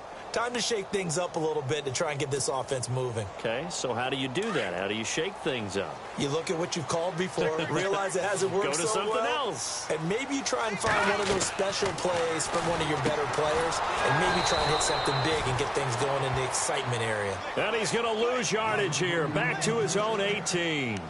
This will be a 2-yard loss on the play, and it'll be 2nd and 12.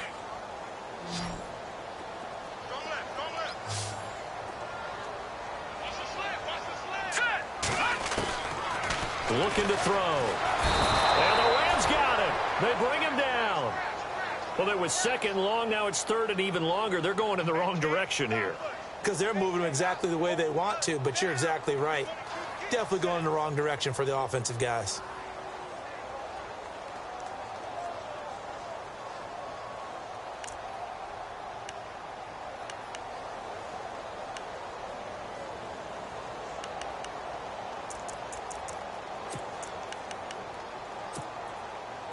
The Niners on 3rd down. They've only converted once in 4 tries. This will be 3rd and 19.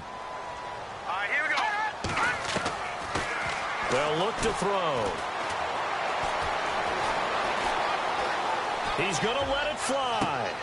He's got him in. Complete. A big 3rd down play there for the Niners. And even 40 yards. Clock management definitely critical here if they want to get back in this game. Absolutely agreed. They have to up the tempo in this case, down a couple of scores. Want to make sure they have a chance to win this ball game. They are, by the way, into the 4th quarter now in Oakland. Now, you saw the score at the bottom of your screen a moment ago. We got a good one going on there. Another victory perhaps in the cards. They're looking as good as anybody as the playoffs draw near. And, Charles, in this situation, this is where the word miracle comes into play. Have to score real fast, maybe throw a jump ball in the end zone and hope for the best. Now a play fake here on 1st down. Now a desperation throw deep down. And this is caught. And across the chalk into the end zone. It's a 49er touchdown.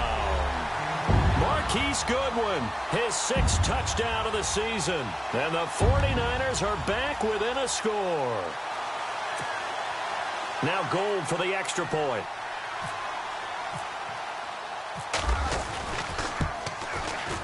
And the lead is down to a field goal now.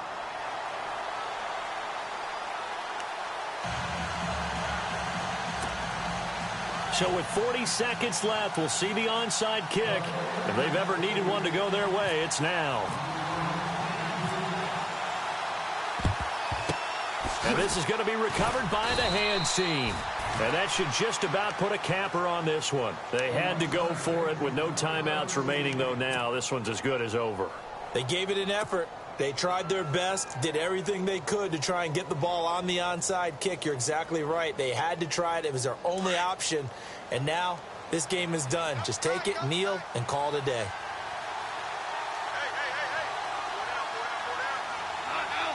Goff with a kneel down here, and that should put a conclusion to this one.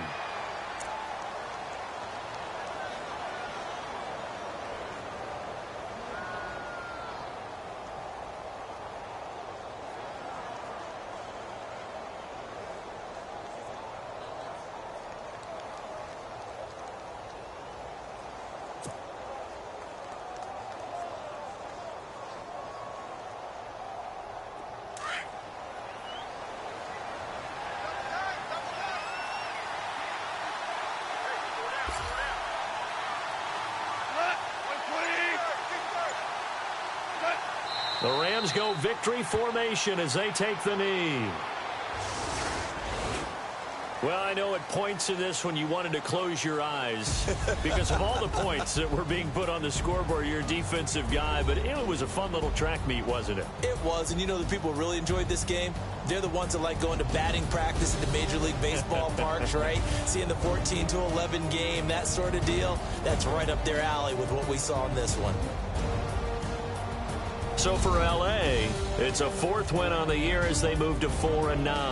And they'll head back home next week to take on the Arizona Cardinals. Meanwhile, for the Niners, they can ill afford to drop too many more as they fall to 7-6 on the year. And they'll get a home date next week against the Detroit Lions.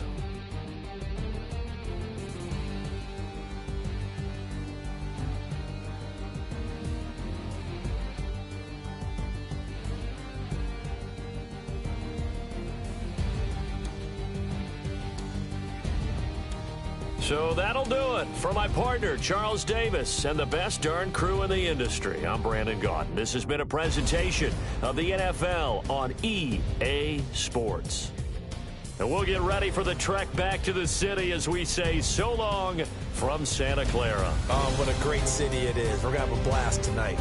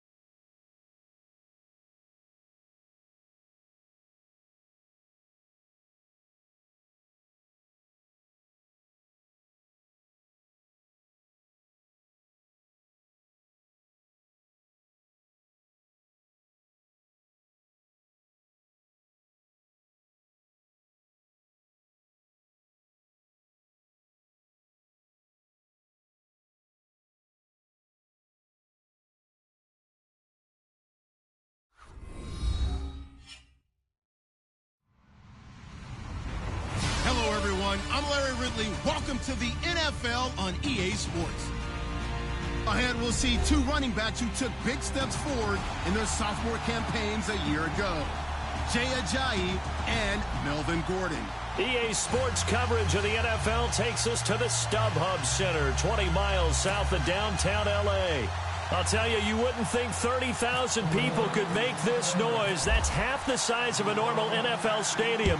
But this is no normal crowd. They are ready to go as their Chargers get set to match up with Carson Wentz and the Philadelphia Eagles.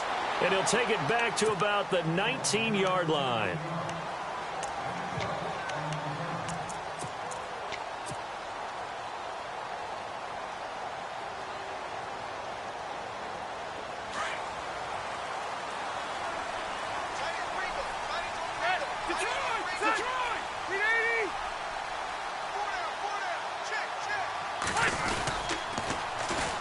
They'll run. This is Melvin Gordon. Give him a couple on the carry there. 2nd and 8. Well, he's looking for some running room, and there wasn't a whole lot of it there on that play. I think he was lucky to get a couple of yards out of it because those defenders, they were rallying to the football pretty quickly.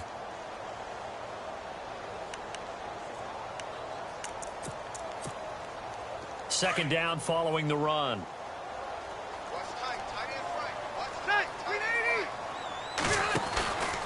They keep it on the ground. Again, Gordon. And not too much going there as he'll get it up to the 23-yard line. 2 yards on the carry there, and it's going to lead him to 3rd down. Well, if the coaching staff's doing a good job upstairs, they'll file away what they just saw from the defense right there. They sold out to stop that running play.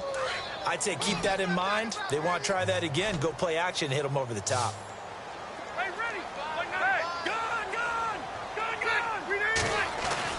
On 3rd down, Rivers gets it to Benjamin. It's caught.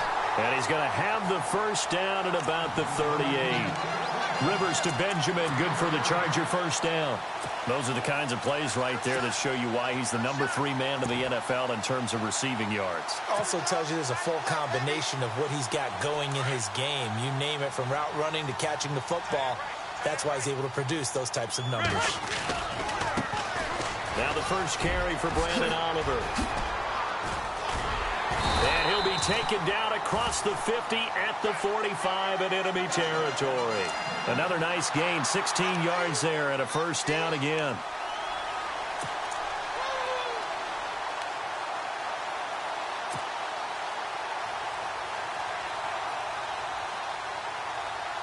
So they pick up the 1st down after the run, and now they approach for the fresh set.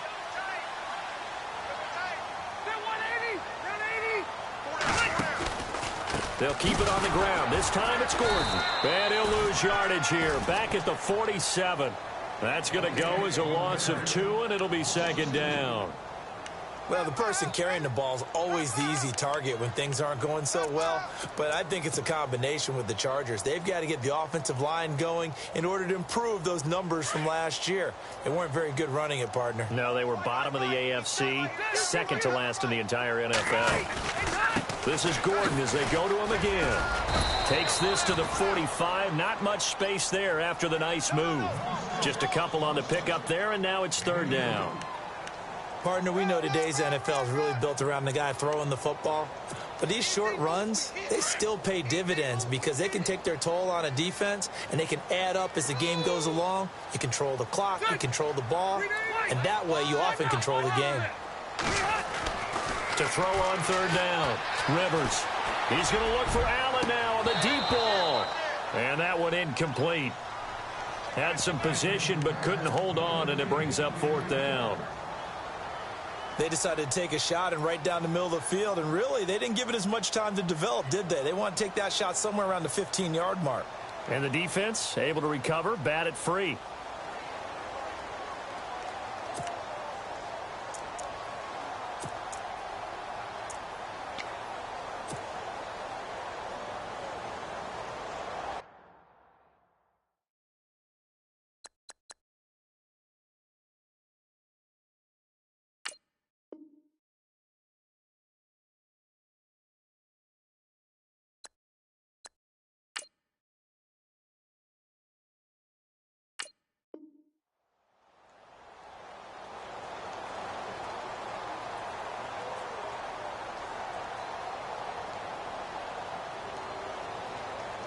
And on their first drive, the offense staying out there.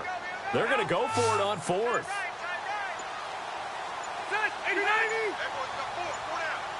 Play clock winding down.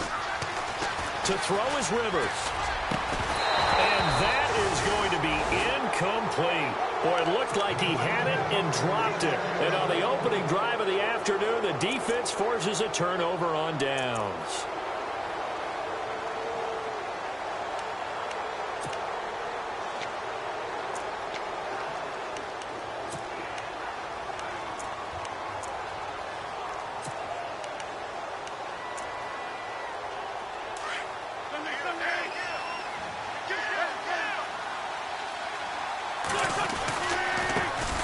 Now it's the Boise State alum, Jay Ajayi. And he's brought down. He goes for 18 there as the drive will continue. That O-line, they cleared a big hole there on that run. The athleticism of offensive lines continues to evolve, and we're seeing it here. Not only they're controlling things right at the line of scrimmage, but they're able to get upfield to get to what we call the second and the third levels. You know, get to the linebacker spot, the secondary spot, getting all the way downfield with their blocking, which helps keep the running back clean. They'll try to continue that trend here this afternoon. And he just gets rid of it, throws it away. A wise move there, looked like nobody open, now second down. What's the old adage, be quick but don't hurry? Well, that went right out the window there. He was hurried, harassed. That ball had to be gotten rid of, otherwise he was going to get sacked. Second down now after the incompletion. Defense showing blitz.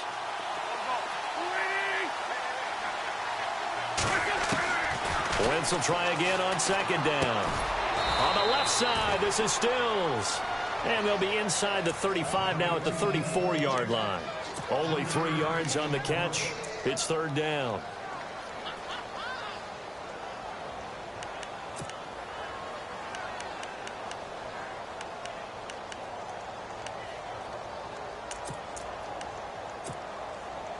So third down now. They need the 27-yard line for a first. Play fake to Blunt. Now it's Wentz. Under pressure, and he will go down. Sacked back at the 38. Joey Bosa. He's the one that gets him down. It'll be a loss of 5, and it'll bring up fourth down. Donnie Jones set to punt it away now in his 14th year in the NFL. Travis Benjamin deep for the Chargers. And the win last week, punted 4 times as this one's away. And this is going to carry well into the end zone for a touchback. Here comes the Chargers offense now back out onto the field. And this offense last time turned it over, went for it on fourth, didn't get it. They're lucky, though, because no points against the team on the board, but we'll see how they respond. Yeah, they've got to get a lot of credit to their defensive teammates, don't they? They had their backs on that last series, and because they did so, that allows the coach to still stay aggressive on offense and maybe go for it again in a similar situation. I was going to say maybe makes that offense feel good, but when you know you've got a defense making stands like that. Yeah, that'll loosen up things a little bit, won't it? Maybe you'll play a little bit better the next time you have the ball.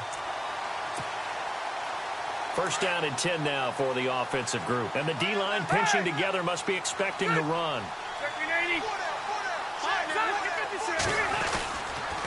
They go back to Gordon here on first down. And he'll be taken down just shy of midfield. It's a 6-yard pickup, and it gets him to 2nd and 4. Getting the sense, Charles, are going to put a big emphasis this afternoon on the run game. And why not? What we're seeing so far is working pretty well from them. And here's the best part. We always talk about the best performers do their job when the lights come on. I think he likes natural light best. They run. It's Oliver. Takes to midfield, but no further. Just a yard there. But when you go from 2nd and 4 to 3rd and 3, that just tells you who won that battle on the last play, huh? Yeah, first round went to the offense, second round the defense. And the Eagles will go with an extra DB here as they prepare for a stop on third. Thinking pass all the way. 12.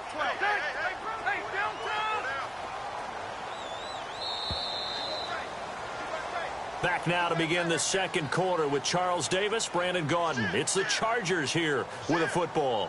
And they're driving, but they come up on a 3rd and short here.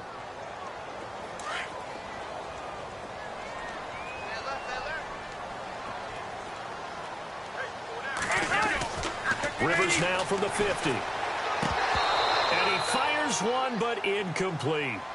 I'm not sure we could spot any tendency here on this third down. They could have run it or passed it. Either one was available. They chose to try and get it through the air, but they run successful. On to punt, Drew Kaiser, second-year man from Texas A&M. And before this 4th and 3 play, we're going to get whistles and a timeout. They'll have 2 remaining as we step aside here in this second quarter.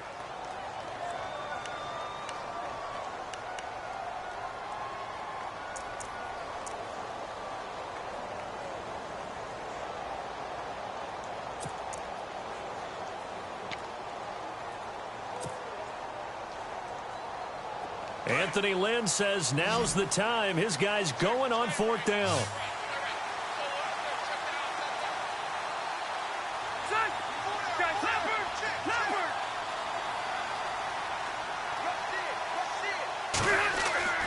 Fourth down, Rivers. Caught on the left side by Benjamin. The Twat kiss him goodbye. Travis Benjamin. And all the way in for a Charger touchdown. Travis Benjamin, his second touchdown on the season. And the Chargers are able to strike for 6.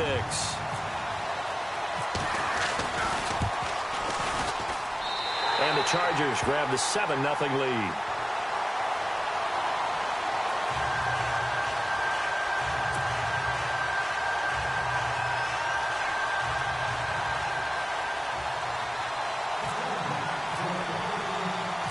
No back out now to kick this one away. This is taken near the 13. And they're going to start this drive in pretty good shape as they get it up past the 30. A reminder, later tonight, the Colts, they'll be in Seattle to take on the Seahawks. And then Monday night, it's the Redskins getting a second straight night game as they'll head down to Arrowhead to take on KC. We're in October already. Can you believe it? No, I can't. This one's moving fast.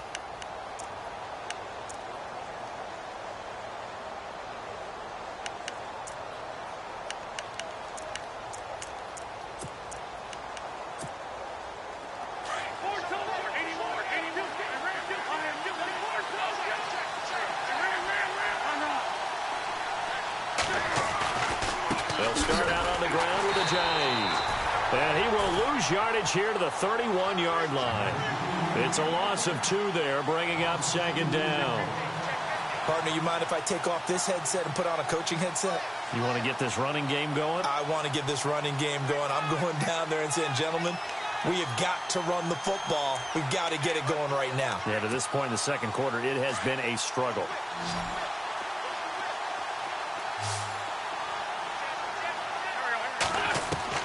Now Wentz throwing on 2nd down. Ertz has it left side.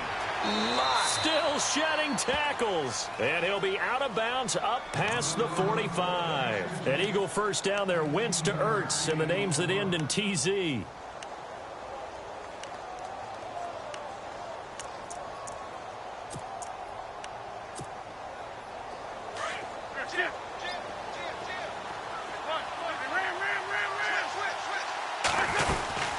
They'll run it now out of the gun. Finding room inside the 40. That's 30 yards now in the last 2 plays. Back-to-back 15-yarders, and they're rolling.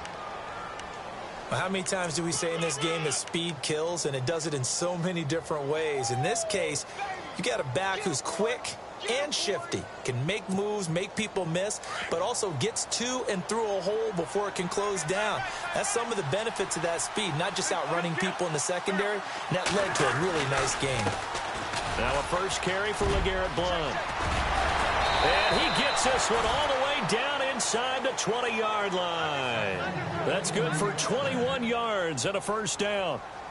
So under the category of, while it can't be us because we're not that good, but could you imagine if this was you? LeGarrette Blount, his first 1,000-yard season since, what, 2010, his rookie year, and 18 touchdowns in the regular season, and no longer with New England. He is over 30 now. He turned 30 in December. I don't know if that played a factor, but, yeah, such a productive year, and then he's gone. Well, that just tells you this. Now he's going to be playing with a chip on his shoulder trying to prove something. Just a yard on the first down carry, so it's 2nd and 9. I'm wondering, partner, if they might need to sub him out for a play or two, because after that long run he just had on the previous play, he might not have all of his breath back. Yeah, and they went right back to that well. Different result.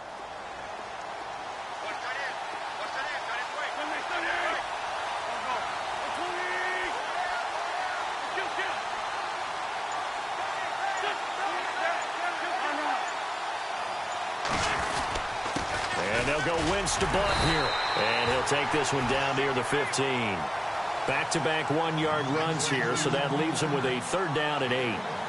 And that's why you see a lot of teams that like to play 4-3 defense, especially against teams that run the ball really well, because you count on your defensive front, the tackles and the ends, to eat up the blocking in the offensive line and keep that guy in the middle clean so he can roam through the football and make a tackle. In this case, he introduced himself and said, "Hello, my name is Mike."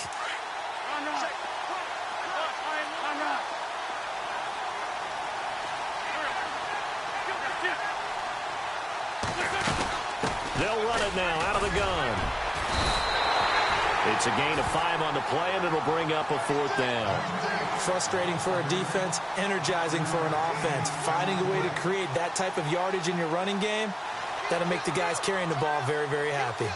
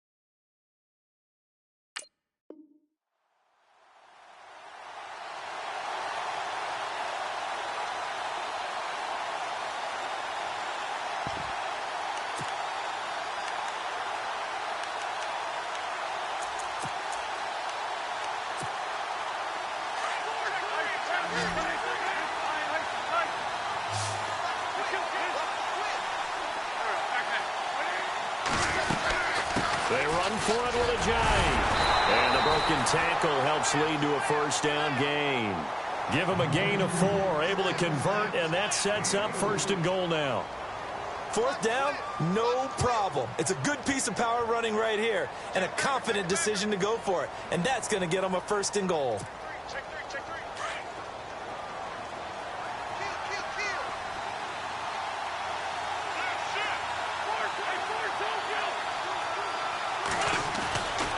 Wentz going to give this one to Blunt.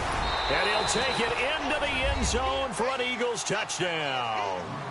LeGarrette Blunt, his 4th touchdown on the year. And the Eagles are within an extra point of tying this thing up.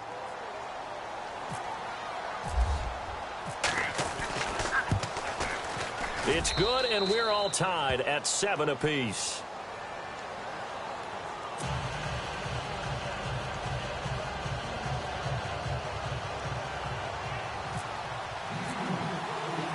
So a tie ball game here as the kick's away. And this will be a touchback as that sails over the end line. Now the Chargers offensive unit ready to see what they can do here. And they're hoping to redo their efforts in the last drive when they got into the end zone. And just think of what it's like now on the sideline, because when you score a touchdown, you have to go over and look at the tablet and see what you did on the last drive. When you scored points, it's a whole lot better view than when you're trying to figure out how to fix things there. And he will lose yardage here back at the 23-yard line. That's going to go as a loss of 2, and it'll be 2nd down. And when you're trying to set up a counter play, that's what a lot of people call an influence play. You're really hoping those defensive linemen are really agile that day.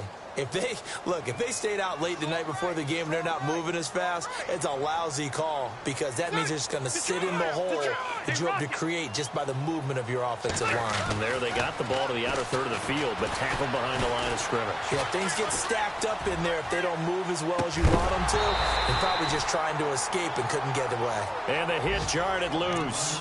It's incomplete. 1:59 to go in the first half. We'll come back to Southern California after this.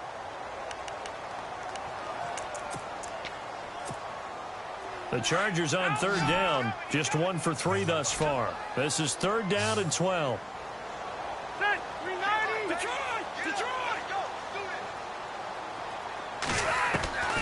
Throwing Rivers.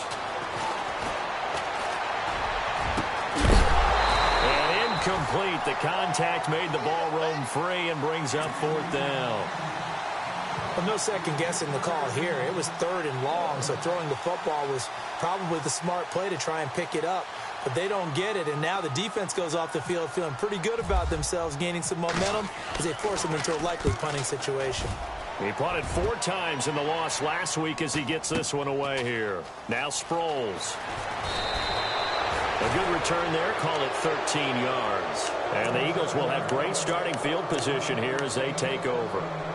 Philadelphia getting set to take the field.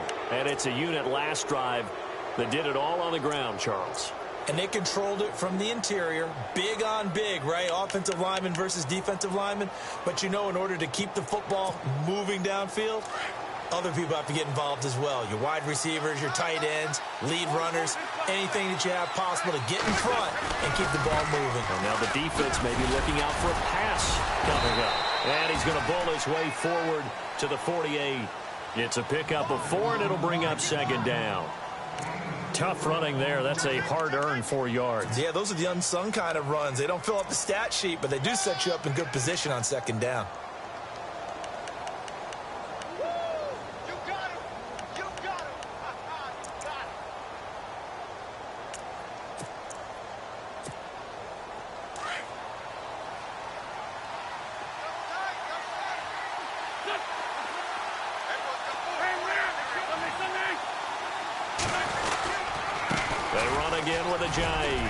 Ajayi, 1st down and more.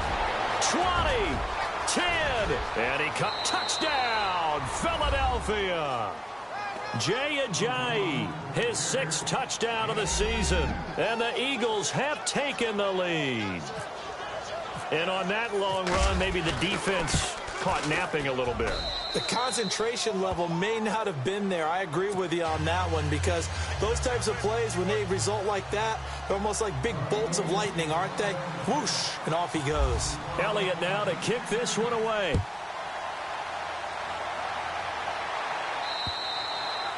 And they will not get a chance to return this one as it's through the end zone for a touchback. So out come the Chargers.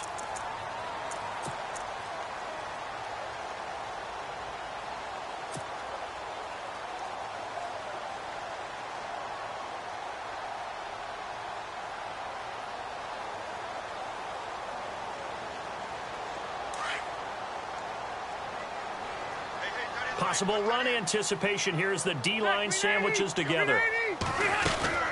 They'll start the drive with a run by Gordon. They find some open field here. And he finally goes down, but not before reaching the 21. A big play there just before halftime. 54 yards.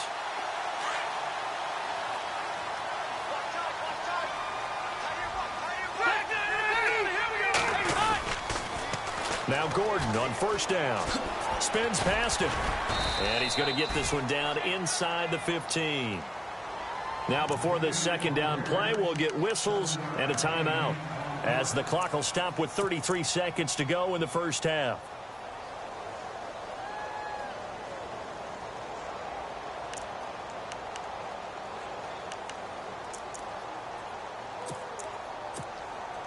And after the play on the ground, that brings up 2nd down here.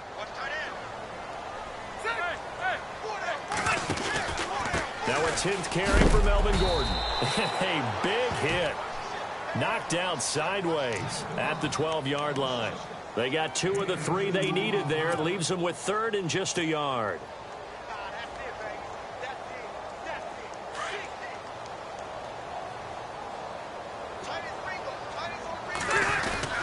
They'll try and run it. Here's Gordon. And he's got the first down as he gets it to the 8. Give him a gain of 4. Able to convert, and that sets up 1st and goal now. Final play of the half, Rivers. I like the look that they just showed there. And this is going to be intercepted. Picked off by Ronald Darby. So we have reached halftime with a touchdown. That's the difference on the scoreboard.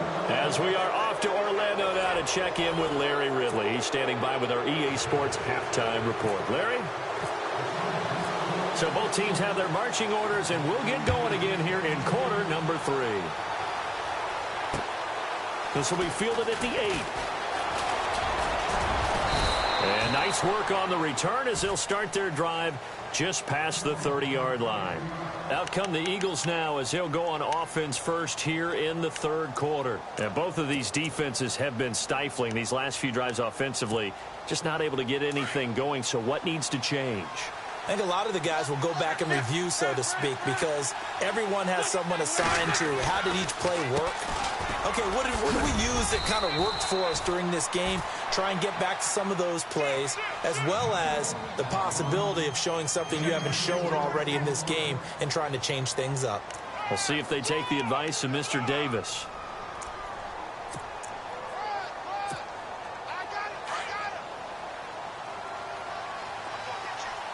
Shift together here from the D-line. On 2nd down, here's Wentz. It's caught. Stills right side. And he's finally taken down, but not before getting across midfield and across the 45-yard line. So after that big play, let's see if they can catch their defense maybe on their heels. They run with Ajayi. And able to push his way forward here for a good little gain. Give him 5 on the carry there, and it'll be 2nd down. And that last carry puts him right at 100 yards for the game. So how has he done it? Because he's been patient, followed his blocks, let everything develop, and then burst through for big gains. See if they stay on the ground for 2nd down.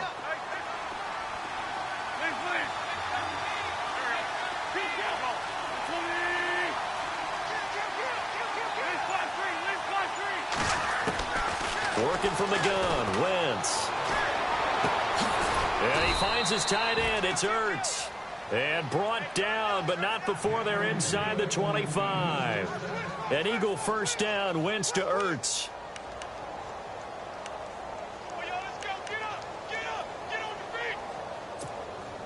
Fresh set of downs here.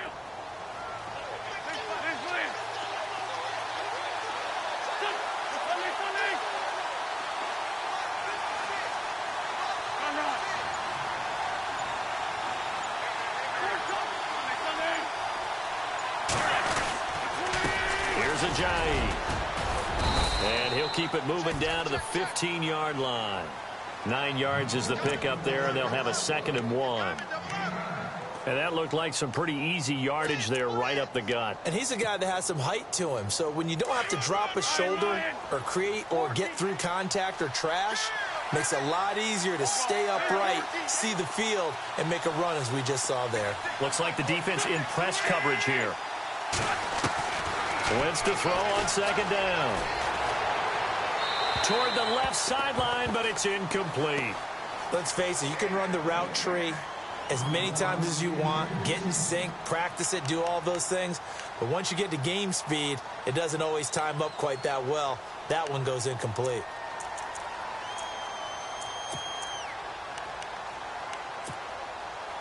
An extra defensive back on the field for the Chargers now on 3rd down. Now the defense definitely showing blitz here. They'll run it now out of the gun. And he takes it down to the 13 and picks up the 1st. They only get 2 there, but on 3rd and 1, that's all they needed to keep the drive going.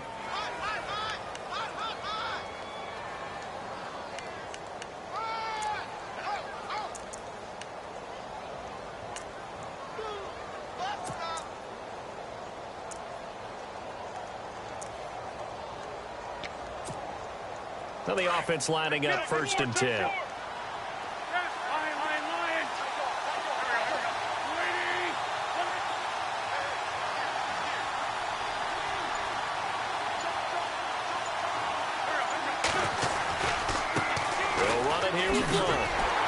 And they're going to lose some on this play. Being knocked back to the 18. It's a loss of 5 there, bringing up 2nd. Yeah, and that was a safety that came through and made the play. But there's no doubt in my mind, he hits like a linebacker. And we see a lot of that in today's NFL, don't we? And that time we do indeed. A big hit for a loss. And the 8th play on this drive coming up.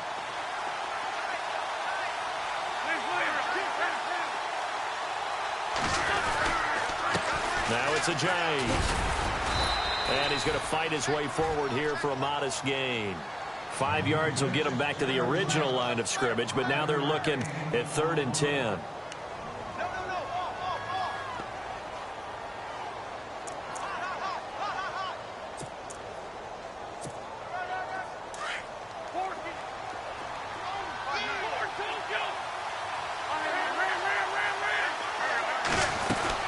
They'll run it now out of the gun. And the stop will come inside the 5 at the 4. A good effort there, 9 yards, but it's going to leave them looking at a 4th and 1. Looks to me like maybe there's a little attrition setting in with this drive. Because when you see that type of a run, I get the feeling the defense getting a little bit tired. And that's the last thing they need, especially when they look up at the scoreboard. This offense converted once on 4th down earlier. Now they're out there again to try once more. Now flags will come in. I think this one's going to be on the defense for jumping. Instead of making them earn it on 4th, they jump and give them the 1st. I love the way you just phrased that. Didn't really have to earn it, did they? Bad discipline on the defensive side of the ball. Long drive. The defense just cannot seem to catch a break and get off the field. They come out here in the eye. They'll go to Blunt, try and pound it in. And he's in. Touchdown, Eagles. LeGarrette Blunt with his 2nd touchdown of the game and 5th on the year. And the Eagles add 6 to their lead. It's good, and it is now 21-7.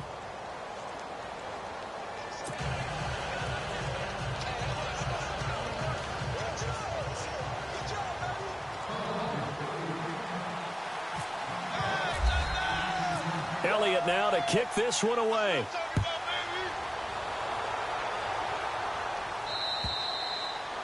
And that'll carry over the back line of the end zone for a touchback.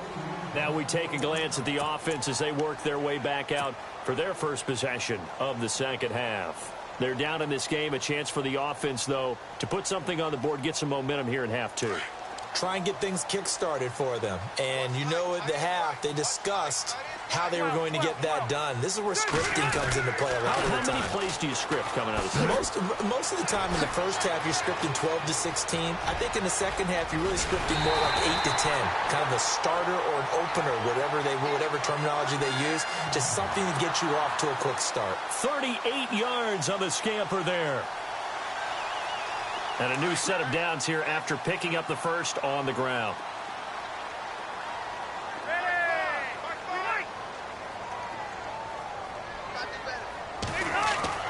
A 1st down throw here for Rivers. Over the middle, and it's caught. Keenan Allen. And he gets this one all the way down inside the 15. That one goes for 24 yards. And now a 1st down following that long gain.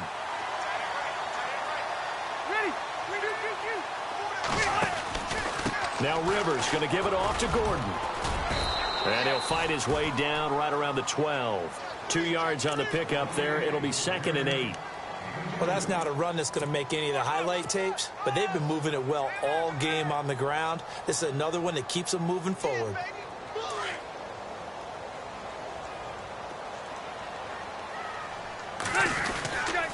On 2nd down, they'll run with Gordon. And maybe a measure of revenge there. He's had his way in this one, but this time they get him behind the line.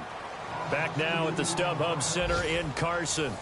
It's Charger football, but they trail here as we get going in quarter number 4.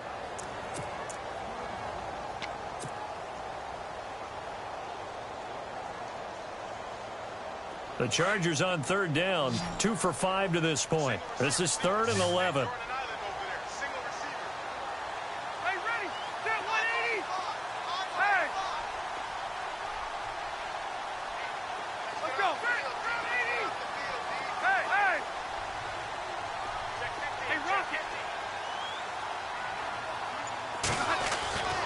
Here's Rivers. Escaping the pressure right. A loss of a yard, and it brings up 4th.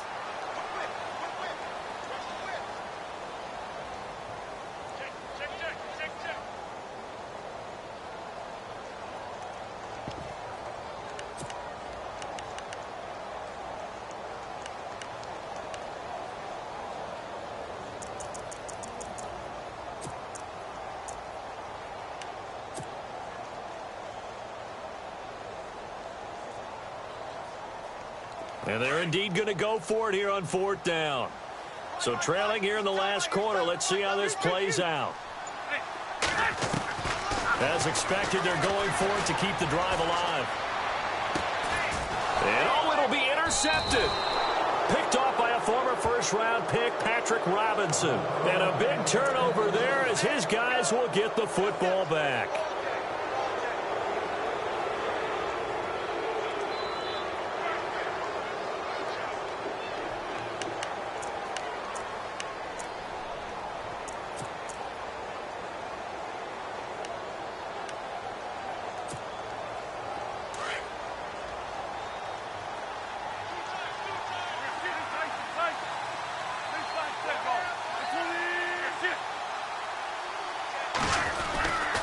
Here's a handoff to Ajayi to begin the drive. And for one of the few times here today, this run's not going to go anywhere. No gain on the play there, 2nd down.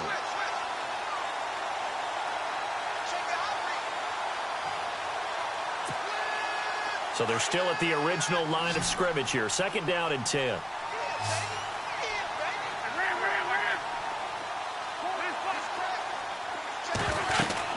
They stay on the ground. Again, it's Ajayi. And maybe a measure of revenge there. He's had his way in this one, but this time they get him behind the line. Now, that's a nice play. Got me fired up, partner. But can they do it back-to-back plays? All the training that you go through as a defense for these situations, when you have to get the ball back, everything you go through, holding up the runner, raking at the football, getting to the passer, knocking it out of his hands, whatever way, they have to get the ball back. Now can they stand tall again for a huge... And that's caught inside the 30. A big play there for the Eagles on 3rd down. 55 yards.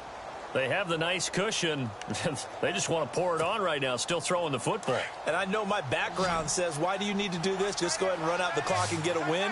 But as many people pointed out to me, it's a video game, man. Go ahead and put the numbers up. Sportsmanship, not an issue. Exercise those fingers. And seeing no options, he just tosses this one away, incomplete. Now that'll bring up 2nd down.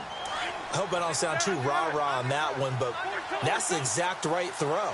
Either your receiver gets it or no one gets it. Give him a lot of credit for being really precise with it. Got rid of it. No one got it. Down right around the 25. He only got a couple on that one, so not a ton of help. They'll have a 3rd and 8 forthcoming.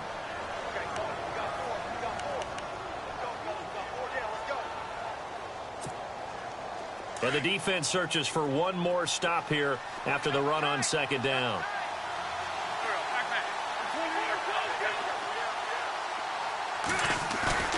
Now a play fake. Wentz going for it all. And incomplete. He can't hang on. Would have been a nice catch. Instead, it brings up a 4th down. In this situation, it's really tough to figure out how to defend because they have plenty of room to still take deep shots at the end zone as they just did there.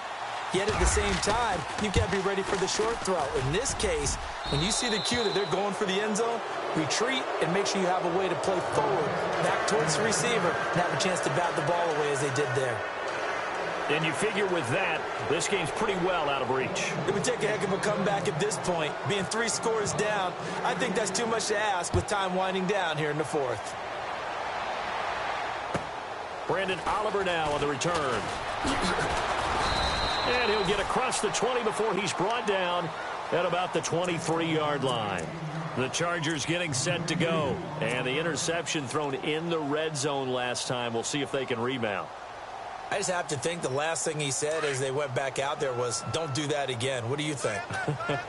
What do you think? Yeah, I think that. I think that not only did he say that, but he also told them, let's put it in the end zone that it's supposed to be in, all right? The end zone we're trying to score.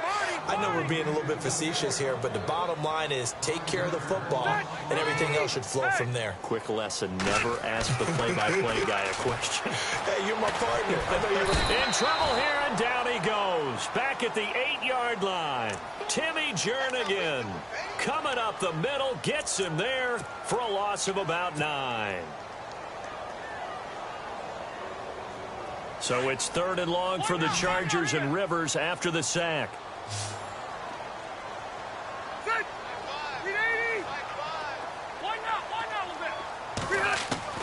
Rivers. Now a hit, and Rivers lost the football. And, oh, that is going to be a safety.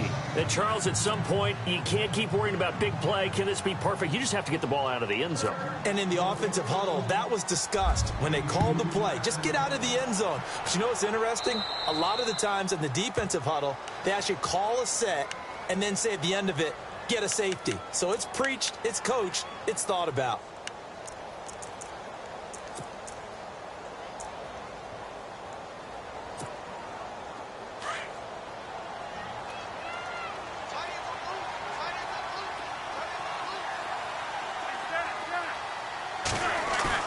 They go play action here on 1st down. Gonna look deep for Jeffrey. So they took a shot on 1st down, but couldn't connect. One of the toughest things about playing defensive back is pattern reading, trying to figure out what they're doing. And on that one, they had the fly, just sending a guy downfield with the in route accompanying it, what people call a dagger route, trying to hit the guy underneath after the clear out. In this case, though, they're not able to get it done. Yeah, they said forget the underneath route. They went for the guy on the fly, but as you said, incomplete. Call it about a gain of 3, and they'll be looking at a 3rd and 7 coming up.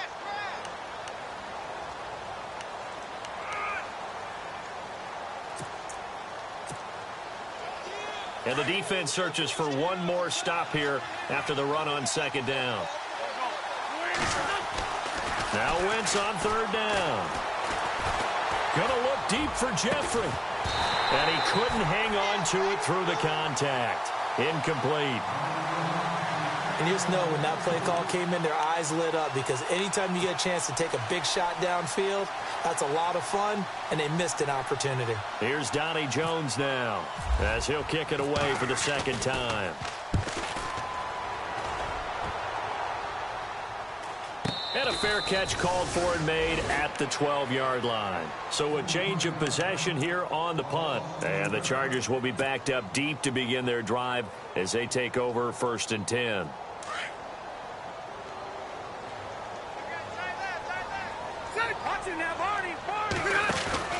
He'll start on the ground. This is Gordon on 1st down. And able to find a little space. He gets us up over the 15 to the 16. They give him 4 yards there. It'll be 2nd and 6. On any running play that's called, they're always hoping that it's going to break big and go the distance. But when you get a nice game like that, you're able to do so many things anyway. You can come back and run essentially the same play again, continue to move the ball on the ground, or you can decide to throw the ball now because usually you have the defense back on its heels. Rivers now on 2nd down. Caught left side, Williams. Only 3 yards on the catch. It's 3rd down. Now you've got to hustle your guys to the line and get them set. You got the big lead defensively. Willing to give them that underneath stuff, right? And this is why you work on your tackling. Tackle them after the catch, inbounds, keep the clock running. Just go ahead and lead the game out that way. Finds his target. It's Gates. And he will have a 1st down as they get him to the ground at the 37. 18 big yards on that one, and a Charger first. Another tote for Gordon. He's been busy this afternoon. Call it no gain on the play, and it'll be second down. The Chargers going to signal for the first of their timeouts as they'll talk things over prior to this upcoming second down play.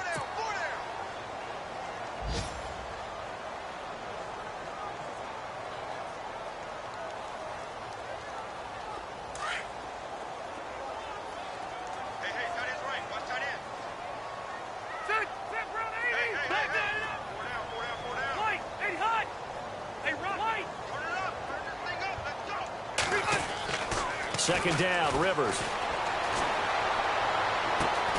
Throwing the out route incomplete. It's Williams. The Chargers passing game rolling a bit here. They've got another first. So here we go, 1st and 10 now. Watch tight, watch tight. Tight end right, tight end right. Hey, here we go. Run down. Rivers now to throw on 1st down. And no escaping this time as he'll go down. They got him for a sack. Brandon Graham.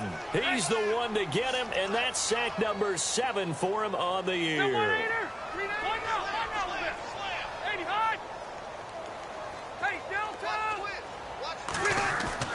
Now a second down throw for Rivers. And the pressure gets to him again. Timmy Jernigan in there to get him. And this pass rush strong now. That's sacks on back-to-back plays. They're in the 4th quarter in Denver. And give that one to the Broncos as they wind up winners. And if they could hold on to that lead, it would be win number 4 on the season for them. This is Gordon.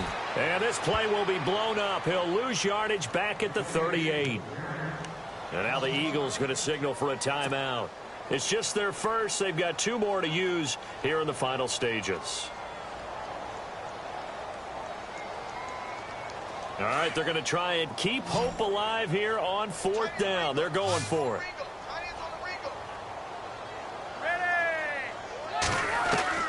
Got to try it here. He's back to throw. And this is incomplete. They had to go for it with such little time remaining, and the Eagles are likely going to win it.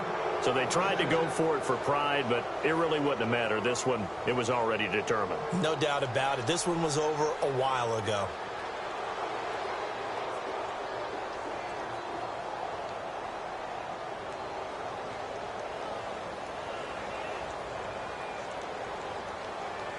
Really nice starting field position here for the offensive unit. This is Ajayi. And able to push his way forward here for a good little gain. He'll get a nice chunk there on the 1st down run, and it's 2nd and 4. Let's talk about football 101 here, because one of the keys to advancing the ball downfield, success on 1st down. Huge difference, as we know, between 2nd and 4 and 2nd and 8 and 9. And he is out of bounds, but not before taking this inside the 10 to the 7. A good pickup there, 26 yards.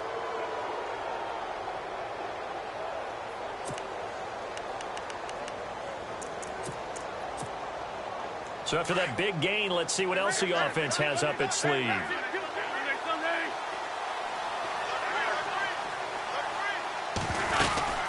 They'll run it now out of the gun.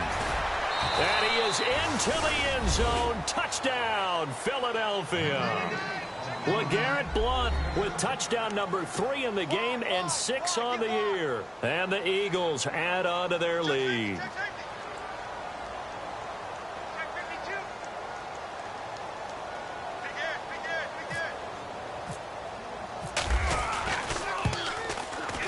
And that will bump the lead up to 26.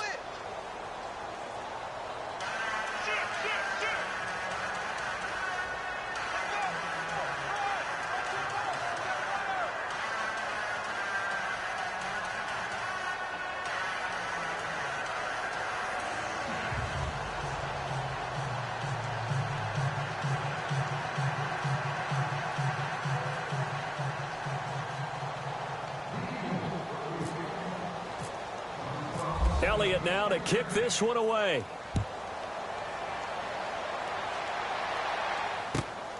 This will be fielded at the 6.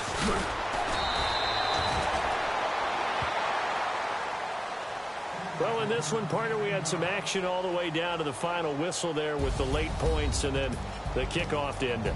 Yeah, and the best part about it is just seeing how teams battled all the way to the end, you know. Didn't really matter. Scoreboard was pretty well set, but they still competed until the final whistle. So for the Eagles, that early momentum continues.